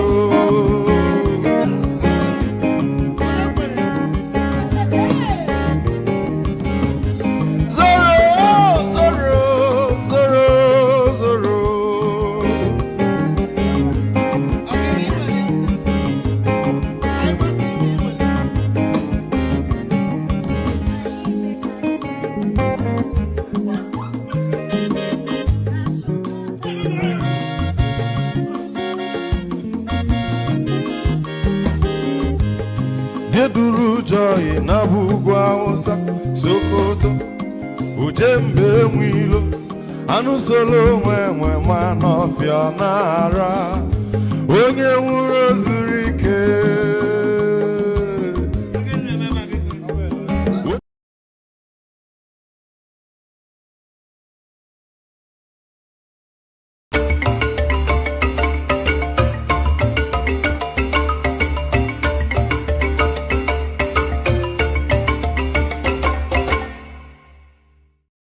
All right, welcome back, everybody. Thank you so much. This is our concluding part of our conversation with Kayode Ogundamisi, who is an analyst. He was a student union leader, and he's seen Nigeria go through a lot of transformation. And now he's based in the UK. He's joined us to talk about the current state of things in Nigeria. So as part of this conclusion, we will take a few more questions from the people who are yet to ask questions. I will start with the question I have on my phone from the flagship. He said this, I have a question for you, our guest. He said he has worked with Tinubu in the past. What does he think about Tinubu's refusal to address the nation on any matter since he assumed office? Is this normal for him, or is this a deliberate act to refuse to speak to the nation on anything at all? To connect this question to something that I had, P2B was speaking the other day, and he said that he would like all the candidates to explain what they are going to do to the nation. And also, he will want them to participate in a debate, for Tinubu to participate in a debate. What do you make of that? You know, the general question about addressing the nation. Rudolph, if you remember, but by the time though, before you say that, let me just say something. You said in that last election. I think I played that. Hold on. Yeah. That was where I was. Oh, you were going to go there. I was going to go there. Let me play that for people to because to you are responsible context. for this. Yeah. Will you be saying now? Sorry, let me go back to the beginning. Things are different now. So, if you were advising someone like Tinubu, what will you be saying now? He should not open his mouth again until election day. He should just go and dance booger. He should just let other people speak, because each time Tinubu opens his mouth, it's like he's scoring another own goal, and it's quite unfortunate because look, Tinubu, you can't take it away for Tinubu is a seasoned administrator. He was a very good governor in Lagos State, and he was a very good investor on human resources. He's brought out a lot of, just name them, Aregbeshola, Oshimbat, and he's got a high to form a good team. And I have no doubt that if of Tinubu of 10 years ago will form a very good team in the villa for Nigeria. But the Tinubu of today, I'm not too sure, and that is one of the reasons why I can't confidently say I'm going to support this campaign. So if he wants to really go ahead to win this election, his chances are a bit okay, but the more he opens his mouth, the more he sort of just make false errors, even eating out, even people who are traditionally his his friends will start wondering, is everything okay there? All right. So you advised Tinubu not to participate in the debate in the last election. Yeah. Are you saying he should not talk for the rest of the? He hasn't even traveled recently. Yeah. I think there's a big elephant in the room. I'm not a medical doctor, and even those of us who look healthier than the president, we might go before the president. No one can say. People who said Buhari was going to to die 2 months into his presidency, there are quite a number of them that left before Buhari. So we are not in a position unless we've analyzed, we have the medical records to say that this person is not fit. But we can only see from our perception that clearly the president does not look like is someone who spends a whole day in office Monday to Friday. It seems to be managed, packaged, you know. I don't know the state of his health. I don't know, but clearly it's being, when the president is being managed, you might manage uh, uh, away from the people. During the Abacha years, there was a time we never saw Abacha in public, so I suspect he's not in a position to address the Nigerian people. He has not even had the state of the press address. That is not good for our democracy. A president should be accountable to the people. A president should be transparent, in which media, he should be able to come and speak to the press. They should be able to take him on any decision. And I agree with Peter Obi that there should be a presidential debate, so that Nigerians can, from that conversation, some Nigerians can make up their mind. But I suspect that it's not the best of times, right from when he got into office till now. Because the other day I did an analysis, he spent a lot of time out of the country than most presidents out of the country. And curiously, he's no longer the UK, he's consistently going to France, where he's friends with Sarkozy, and they can manage and keep a close tight on whatever. You mean Macron? Macron, sorry, I said Sarkozy. They can, unlike in the UK, where we easily can dig out things from our experience. I mean, people don't like me for this. I was the one that discovered where Ojukwu was. If you remember, when Peter Obi was telling us Jim Ojukwu was carrying weight in London, and I had to dig out, visit the hospital in Royal Berkshire, and said to Indigo, Peter Obi back then as the governor was lying. Jim Odumego Ojukwu is not lifting any weight. He's here in Royal Berkshire, and they are siphoning thousands of dollars from the pockets of Anambra State, claiming they are paying his bill when he was under Royal Berkshire under the NHS. So it's the same thing with Tinubu. I think there's something that is not being told to the public are not aware of, and so they are managing him. It will just expose him if he comes to address the press, but which I think he should.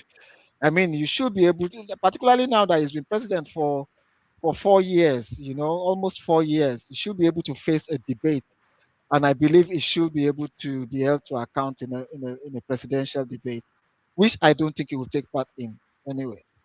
All right. Thank you so much, Kayode. Let's go to Mazi Opara. You are next. Yeah, good evening, Doctor. And good evening, Damisi. Yeah, Kayode. Yeah. Thank you, sir. Yeah, good evening.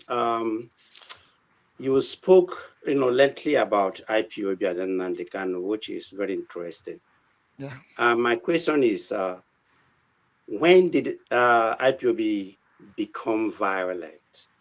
Which year?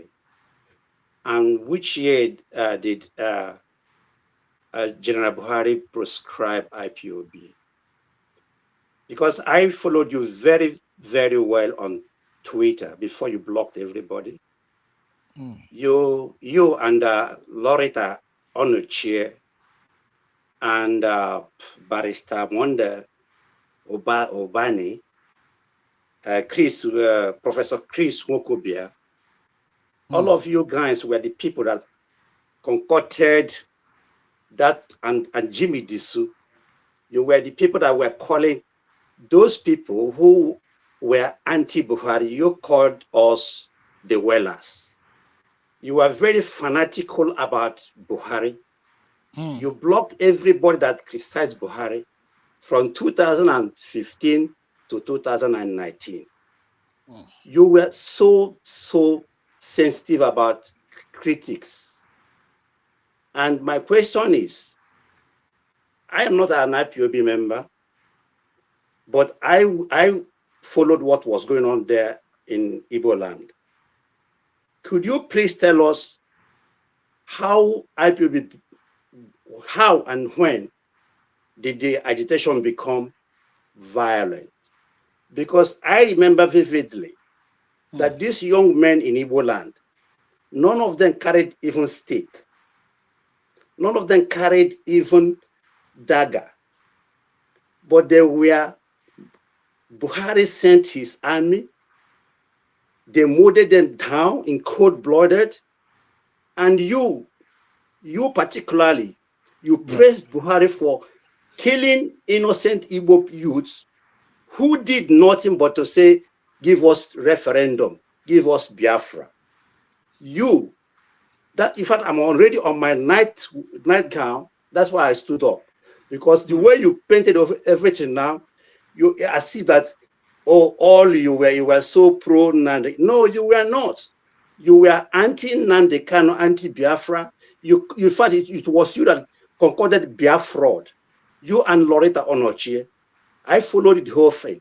So my question is, when did the agitation become violent? Because the Nnamdi Kanu, when he established that ESN, it was 2020 after Python Dance 1, which you celebrated, Python Dance 2, which you did, and why Nnamdi Kanu established that ESN was not to declare war against Nigeria. It was against Fulani militia that were raping our women in Igbo land. The same Fulani people, now that I'm saying this Fulani herdsmen, sorry, Marodi Fulani herdsmen that are everywhere now in Nigeria, in Oyo State, everywhere, killing and maiming. But you particularly were very happy that Buhari was killing innocent Igbo people. You called them Biafra, you called them all kind of names. My question is, when did the IPO agitation become violent? Thank you. Okay. All right. Thank you, Mazi. thank you, Mazi. You see, one of the good thing of one of the fantastic things about technology is that we're not in 1966. We're in 2026, where facts are different from emotion. What would have helped the audience would have been for you to pull out the tweets and read the exact thing I said. That would help us, you know. There is no way I would ever celebrate the killing of any human being, you know. So in this case, it would be my word against yours. But what would have helped was for you before, you know. Because you blocked everybody. No, what I didn't block you from researching. You know, you come with the facts. You know, if who comes to equity must come with clean No, hands. but I can't because you blocked a lot of people. You blocked me too.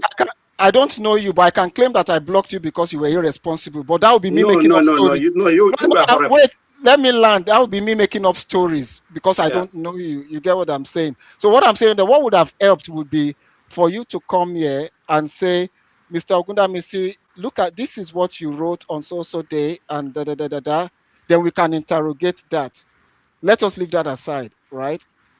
You see, I did not put words into Nnamdi Kanu's mouth when he went to the USA to address World Igbo Congress and openly called that he wanted guns and bombs. I didn't put that into his mouth. You know, he went to World Igbo Congress and he was openly calling for the mobilization of guns and weapons. And I wrote an article that this is a dangerous trajectory. I didn't put word into Nnamdi Kanu's mouth when he established a radio station in Peckham, in which I know the address, by the way, and continue to spew very venomous, provocative statement. And I kept one. I said, look, your causes are right, but these methods does not help the cause. And I have no regrets. As a matter of fact, it's not just Nnamdi Kanu. There's a man called grandson. Grandson Adeyinka grandson, who is a Yoruba man who spewed a lot of anti-Igbo sentiment on Facebook. I'm hated for this. I warned him, he didn't listen. I went to Metropolitan Police. I supplied him with a lot of information. He went to jail for it. So those are facts. Those are not emotions. I have no regret. And a lot of Igbos today who are victims of this recklessness are now supporting my position. I coined Biafra because there's a difference between Biafra and Biafra. Biafra is a legitimate cause of the Igbo people for the emancipation of Igbo race.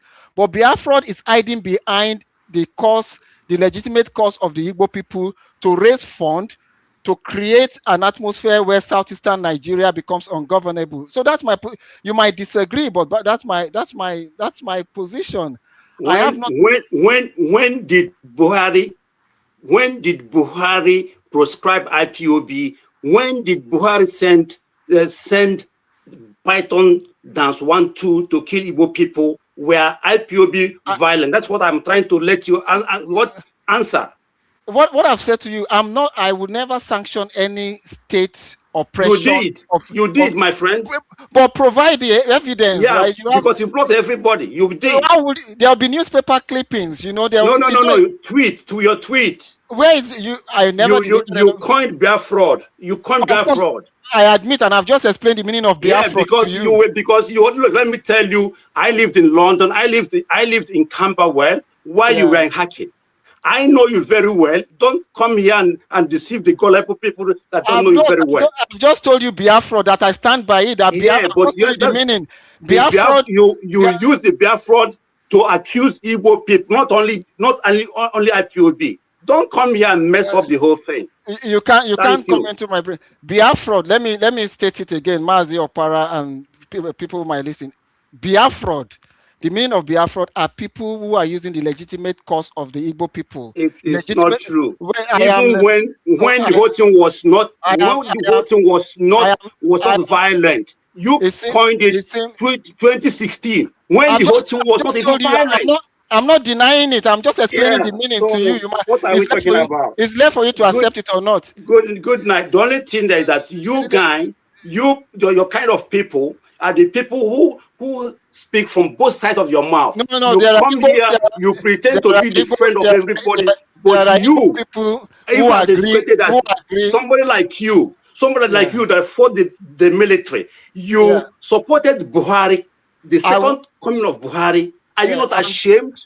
No, I'm not. I'm not ashamed of it. Good night from here. Biafra, let me say it so that you might not like to hear it. Biafra is the use of the cause of the Igbo people, right, to raise funds to cause violence in southeastern Nigeria. Biafra is a legitimate cause of the people of southeastern Nigeria that they have the legitimate right to campaign upon. When I opposed Sunday Igboho when he was trying to turn every Fulani in Yoruba land as the enemy, what was that? It was important to be clear that you will not use the cause of the people for your own self-aggrandizement. And I have no regret. And there are thousands of Igbo people who now saw that we were on the right side of history. I'm sorry if you don't agree with that, but unfortunately, we agree to disagree on this.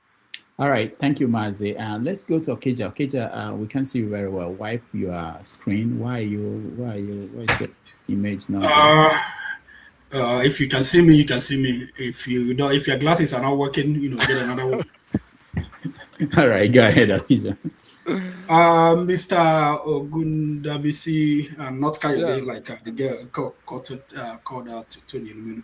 Anyway, I want to thank you, especially for being a Igbo protector, this and that. I've heard you so much, and we've noted your accomplishment defending Igbos and you know No, I've not said I'm defending defending Nigeria. Igbo. Yeah, for because you kept saying you went to MI5 or MI6 to supply information about Adekunle grandson. You are not, I don't know if No, you went to that. no, I didn't say MI5 and MI6 because it's always important to correct because Okay, we just yeah, had this security conversation. agency went to security agency, but first of all, I want to tell you, I'm one of those people that reported that guy. Oh, I reported it to MI5, fantastic. MI6, Yeah, CIA, FBI, and I wrote a letter, to submit, give to my friends. I said let them report him. yeah. Anyway, but your challenge with Mazapara, I see you defending yourself. I mean, I've known you. Last time I counted you here, it was about a misinformation you spread about P2P, and it's still on your profile on Twitter. You Ah, still have it. You haven't deleted it. You haven't apologized about it. That was yeah, my last encounter with you here. yeah. And also, why your name came up also, Igbo defenders, your name came up as one of those people who spread information about Igbo, anti-Igbo information online. For instance, like I was looking at some of your posts Yeah. in hold on, let me get to my monitor. On December 29, 2024, you posted Yeah. about one Igbo guy, If you know Onyebuchi in France, please let him know that his business partner, Ifeanyi, has excreted about 9 out of 74 Yeah. drugs. Hopefully, Ifeanyi will deliver the remaining pallets safely. Then you mentioned NDLA should consider surgical excavation. And also, like some other posts, you posted about Igbo guy that was his romance scam accusation Yeah. having in US. And then when people go to your to your profile on Twitter, we don't see that Yoruba cases, people are saying Yoruba, you don't see you say anything. Yoruba people they've caught in fraud, you don't post about them. And the case of KC Luxury, it's made news. We don't see your post. We don't see your post. You see that your ammunition, that your gun is no longer firing or what. When drug cases come up. I mean, why all these things? So I mean, I've always known you as a hidden tribal bigot. That's my opinion of you because of what I've seen you post online. Those hidden tribal bigots, that would come masquerade they're Nigerian, they're pro-Nigerian, but underneath, they just, tribalist. Yeah. So what, I mean, you don't have to answer, but, because you can't change my No, mind no, no, because, no, no, no, no. I've from, just because you see, from what you yeah. post, I know you. Yeah, so I think the problem is sometimes we can be very selective in what we read. I've just done a search on my Twitter page, which I will get you to do at some point later. One of the things I will do is I'll continue to post every Nigerian, that is soiling the name of Nigeria, irrespective of where they come from. And if you do a search, you will see the number of Nigerians who are Yorubas who have been convicted of crimes outside of Nigeria that I posted. They're there. I'm actually scrolling them, but you will select to see only the Igbo people that are on the post. And for example, whether the person is Igbo or Yoruba, why are you agitated that a drug dealer was exposed? Why is that?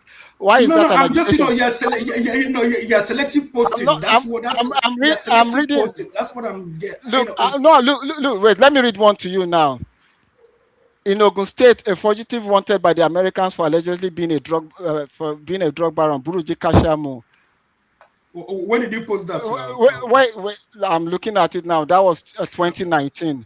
Okay. This is Oyefolu Jamiu has been declared wanted in America. There's another one. This is 2024. The National Drug Law Agency has declared the couple Kazim Omogoriola Owolade, Rashidat Ayinke Owolade wanted for drug baron.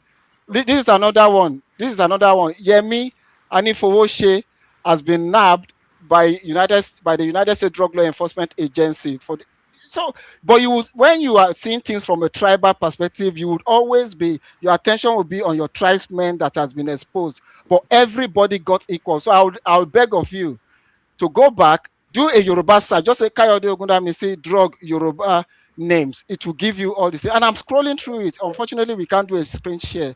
Yeah, you will see a number of Yoruba people. Look, this is another one. Bishi Taiwo, nabbed by NDLA. The photo is there sitting on a drug pallet. There's another Yoruba woman. Temitope Ayeni Olaiya, please guilty of drug trafficking and fraud schemes in the United States of America. That's Rudolph, you can do it. You can do that search, you know. Yes. So you can do that search. This is another, you know, you see different names, they come from across the country, you know. Yes. Ogundamisi. Yes, that's at Ogundamisi. That's the handle. You have Yeah, it. Okay. yeah, just put Ogundamisi drug and scroll all the way down. You will see as many Yoruba as you see as Igbo. But of course, if you already have this perception, you will only see the Igbo names and you get agitated by it. And at the end of the day, if you post a Yoruba drug dealer, that Yoruba person is not my tribal person as well. He's a criminal. If an Igbo man is posted for being a drug dealer, it does not represent the Igbo people. He's a drug dealer. Nobody should defend them because they come from the southeast. Nobody is defending them. You know, I just want to make sure that you are equally. No, I'm telling. Yeah, I beg you to go and do a search. Just put Ogundamisi drug dealers. This is another one. His photo is there. You know, so you will see. What I'll beg of you, go back, do a search one after the other. You see people from different parts of the country that were exposed for drug dealing. All right, thank you, Okija. Sorry, I couldn't on this platform, this computer. I'm not connected to the internet, so so I couldn't pull anything up. But thank you, Okija, for that. Let's finally, the last question will come from Forefathers. Greetings, Dr. Damages. Greetings to all the panelists, the chat, and the viewers, and special greetings to the guest, Kayode Ogundamisi. Thank you for joining us this Sunday. And I think the point I wanted to kind of add was what Gide was trying to kind of elaborate. He was on, yes. And it's regarding the kind of the term collective intelligence and group dynamics. He was trying to imply that Nigerians needed certain events to occur before changes can happen. Example, when he tried to use with North Korea and South Korea, what happened there? Because after that event, I think 80% of their structures were destroyed by the Americans. But within 4 years, they built an underground navigation train lines, 100 meters underground within 4 years, after their country has been destroyed. And if you look at China too, after they were invaded by the Japanese, this is a country that has been suffering for a very long time. They never turned back since then. And the Mao Zedong, when he went to Stalin in the Soviet Union, the first thing he asked them for was their nuclear technology. He didn't go and say we needed training and all the rest, because these people had clarity of thought. They knew what it was like to be in the world, and they don't want to experience it anymore. So yes. So the point he was trying to highlight, and which I also subscribe to, is that we blame our leaders and we talk as if the situation we are facing is just ordinary stuff you can just solve with economic problem or lack of corruption. Like this stuff is something you can just do because you know this will solve the problem. But without the core belief from the elites that fought for the nation to fulfill those goals, you're not going to have the ability to build that nation. Because our leaders, when they got their independence, they basically shook hands with their oppressors, and they were working with the oppressors before the oppressors left. So in other words, they are still in cahoots with them till today. You mentioned how Tinubu is going to France, and he even changed our national anthem to that written by a white woman. So you can see that our consciousness is not where it's supposed to be to free ourselves. And sometimes I find it hard to blame our people as it is, because when I do that from the context that, okay, when we are looking at it locally and, from a closer point of view, these are the things we are supposed to be doing, at least to put ourselves in a better shape. But I don't believe we have moved an inch from where we were after the colonization wars. When we lost control of our territory, we've never built it back up. We don't have any security. And this is another aspect of society that we as a people have not woken up to. Like I said, Mao Zedong went to the Soviet Union, and the first thing he asked was their nuclear technology. Immediately, they offered him economic support. He said, no, I'm not interested. I want that one. Because if without that, our future is not assured. And this is the point. Our people don't have that mindset because we think it's optional to try to beat corruption. And it's almost like it's an impossible thing. The only way to convince the people is if they live through it historically. And I've seen it on the continent. This is why most of the continent is asleep. Because they've not been jolted to wake up and say, you know what? This is a world that we have to fight for our survival. We have to build our nation. Every single thing we do every day has consequences for others to come and take everything away from us. Like we are right now. There is no other major race in the world out of the 4 great races that number over 1 billion that is so vulnerable as the black race on the face of the earth. That is what he was trying to highlight, that we as a people are still asleep. And the question I will raise there is that looking at that dynamics is how do we wake our people up? Because I know for sure there are leaders in other climes that are ruthless. And I feel like we like to think that our leaders are ruthless. They are not. They are not. They are like child's play compared to what a Japanese leader would do. These are people that if they don't fulfill their goal, they are going to put salt to their tummies and their head will be cut off. We don't have those type of leadership. Our leadership don't understand that. They like to peacock. And this is the question. The question comes down to how do we get ourselves, without resorting to the suffering that the other people suffered, to a situation whereby we have that clarity of thought that we have to fight for our survival in this world. Because if you are not strong enough to resist influence from the outside, you can't make informed, good decisions for your people, and your development cannot be sustainable. It's just simply unsustainable if you cannot defend it. Your home, if you don't have doors, if you don't have windows, anybody else that sees your wealth to come and take it away. And if you don't, your body, if it doesn't have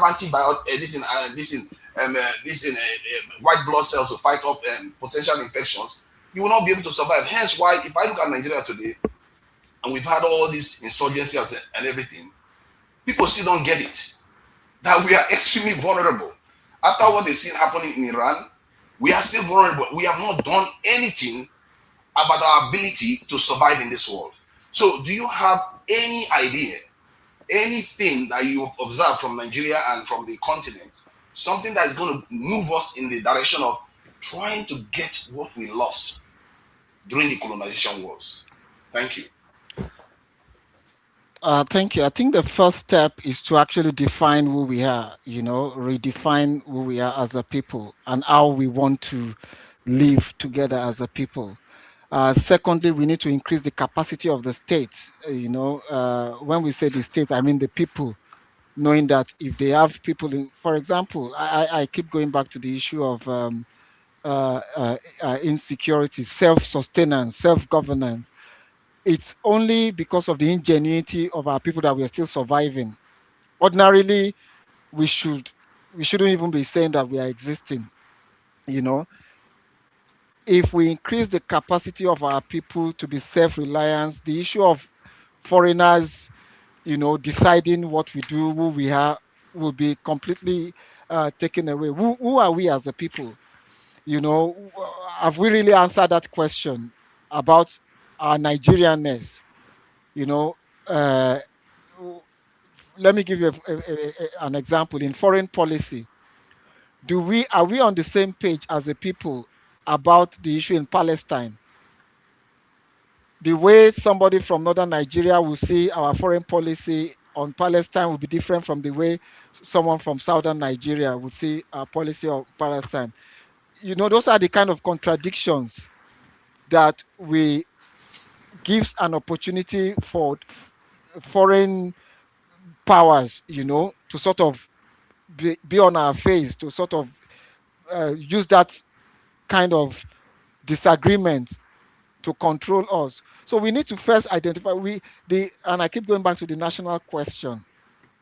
we've not answered the question of who are we as a people, until we resolve that. It's either we resolve that or we have consistent good governance. We're still just going to be on going on a merry-go-round, and still generation after generation, we're still going to be having the crisis that we're dealing with today. All right, thank you, forefathers. We have to round up here. I want to give Kayode. You could always add a follow-up. No, not today. Not today. We have Sorry. I want to give Kayode the opportunity to round up his thoughts and final words. And during that process, I want you to quickly address something that is of concern to me. Bola Ige talked about Nigeria being on the road to Kigali. I know you know what that means. Yeah. Being, I don't know how many years since he passed, and Nigeria today. Do you think that we are still on that path, on that road to Kigali? And again, Nnamdi Kanu, the government just announced that they are not appealing. They wanted to push the courts to give him death penalty instead of life in prison. Do you think he should be released where Showore and Prince Adewale, Adebayo and other people are pushing for him to be released? Do you think he should be released? And finally, as you look at 2027, what would a politician do to get your vote in that election? So you can touch on these things as you round up. What's the first question? The first one is Bola Ige on the road to Kigali. Do you think that, because people who are online, they look at the temperament of people in Nigeria, they feel that if Bola Ige is alive today, he will feel that we're actually close to getting there, that anything can trigger a kind of reaction that will shock the nation, just like people in Kigali were shocked about what they did to themselves in 1994. Yeah. So that's the first question. Okay, so the first one, these days it's very difficult to predict the Nigerian people, particularly the electorate. It's very difficult. Are we on the road to Kigali? It's quite difficult. One moment they surprise you, they are consistent, and then another moment things go away. So I think we're really getting to the elastic is really being pulled to the extent that it might break anytime from now.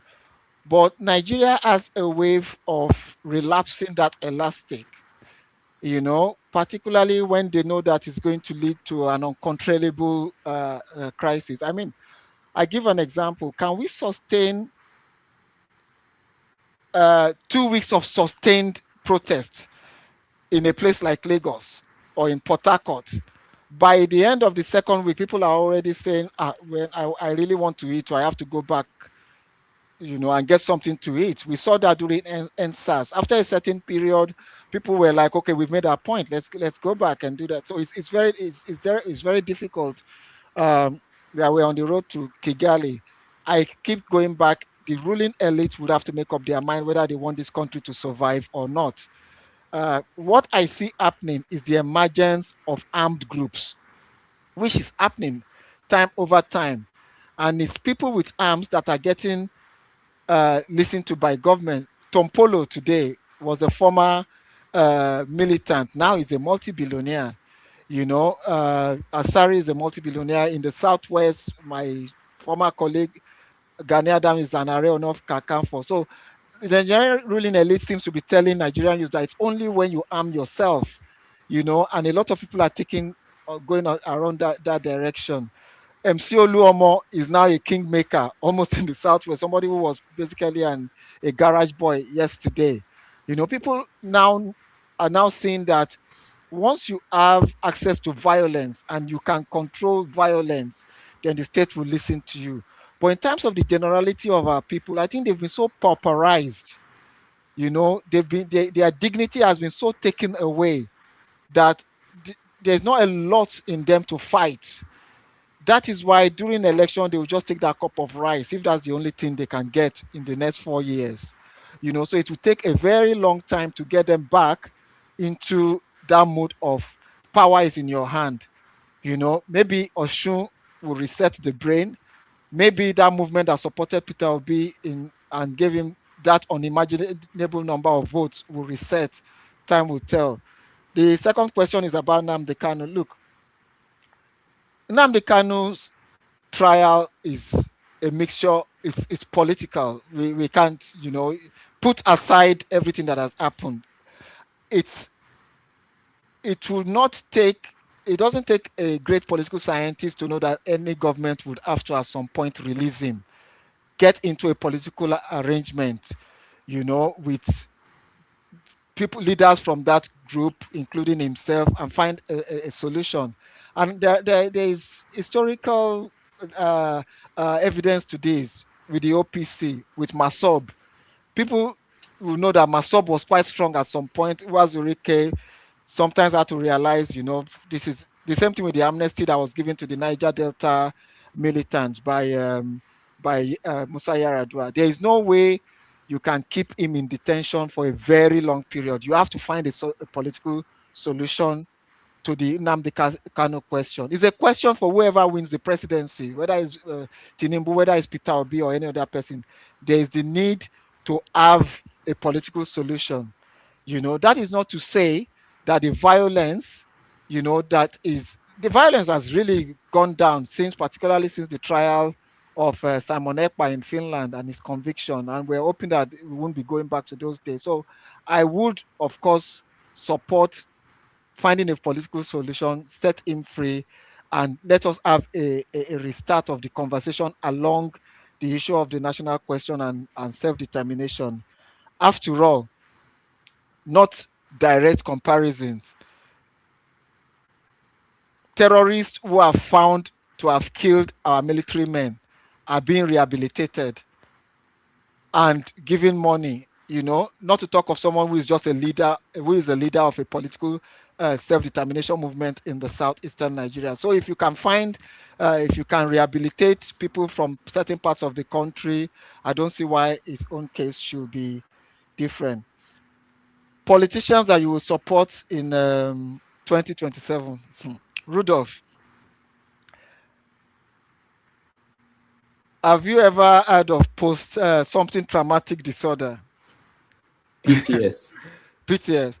I am still yet to recover from the post-Buhari traumatic disorder. So I don't think I can put my money on anybody now because I cannot determine what they will do when they get into government. But I know who I'm not going to vote for. Certainly, I cannot vote for Mr. Tinubu.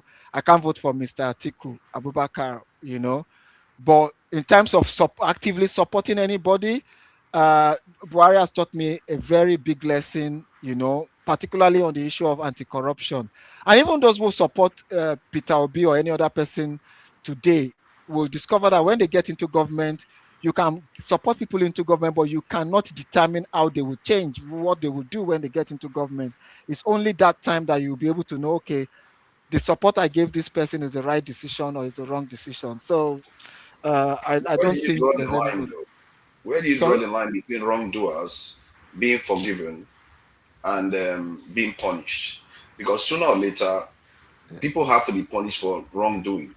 I've heard generals complain about how they will arrest people that have committed offenses, and the next thing they are out on the street again. So where do we draw the line? Do we say, it's when Shekau dies or when Igboho is arrested? Where do you draw the line? When we keep doing this, we are not going to get anywhere. This is the problem with the country, isn't it? Yeah. Unfortunately, we have set a precedence. Precedence. It is. I'm not only equating Igboho with Nnamdi Kanu, but this president has rehabilitated him, brought him from exile, and is now even able to establish a security outfit and do as he wishes.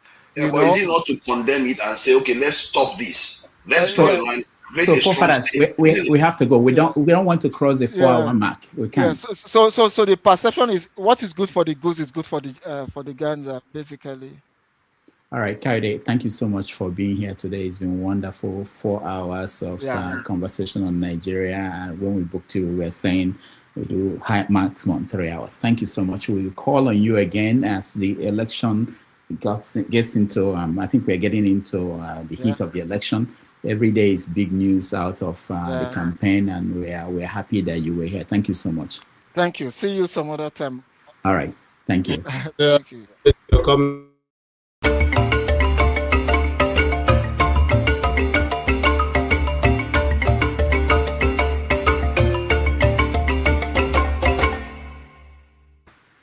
All right, quickly, I just want to thank those that joined us today on this show. I appreciate all of you. And next Sunday, we are going to have, I know I promoted the representative, somebody coming from the government.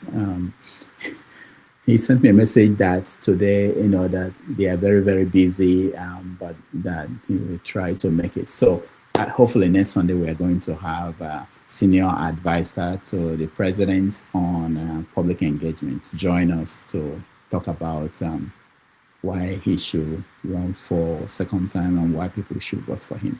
So if you can join us, we appreciate that. Let me also thank those that supported us today. It's very important. We are not doing well this month. I hope our people who work for us, they will get paid. Oriaku Tope, thank you so much. Chris, thank you so much. Babajide, thank you so much. And Ebi, thank you so much. Also, we have Mwachuku donated through Zelle, $20. Mwachuku, thank you so much. We appreciate that. Let me thank again our people behind the scene show, who's the executive producer, Ngozeka, and BK, and Ola, who is a graphic designer, and everybody, the other people who don't have an official role who are helping, including people you see on the screen today, right now, for Fathers and KJ. They all help in putting all these things together. We appreciate them. We don't say that enough. But we should be saying that. Again, thank you everybody who joined us. We really have to make sure we don't go over 4 hours. There's a technical reason why we have to do that. Thank you all, and I will see you next week.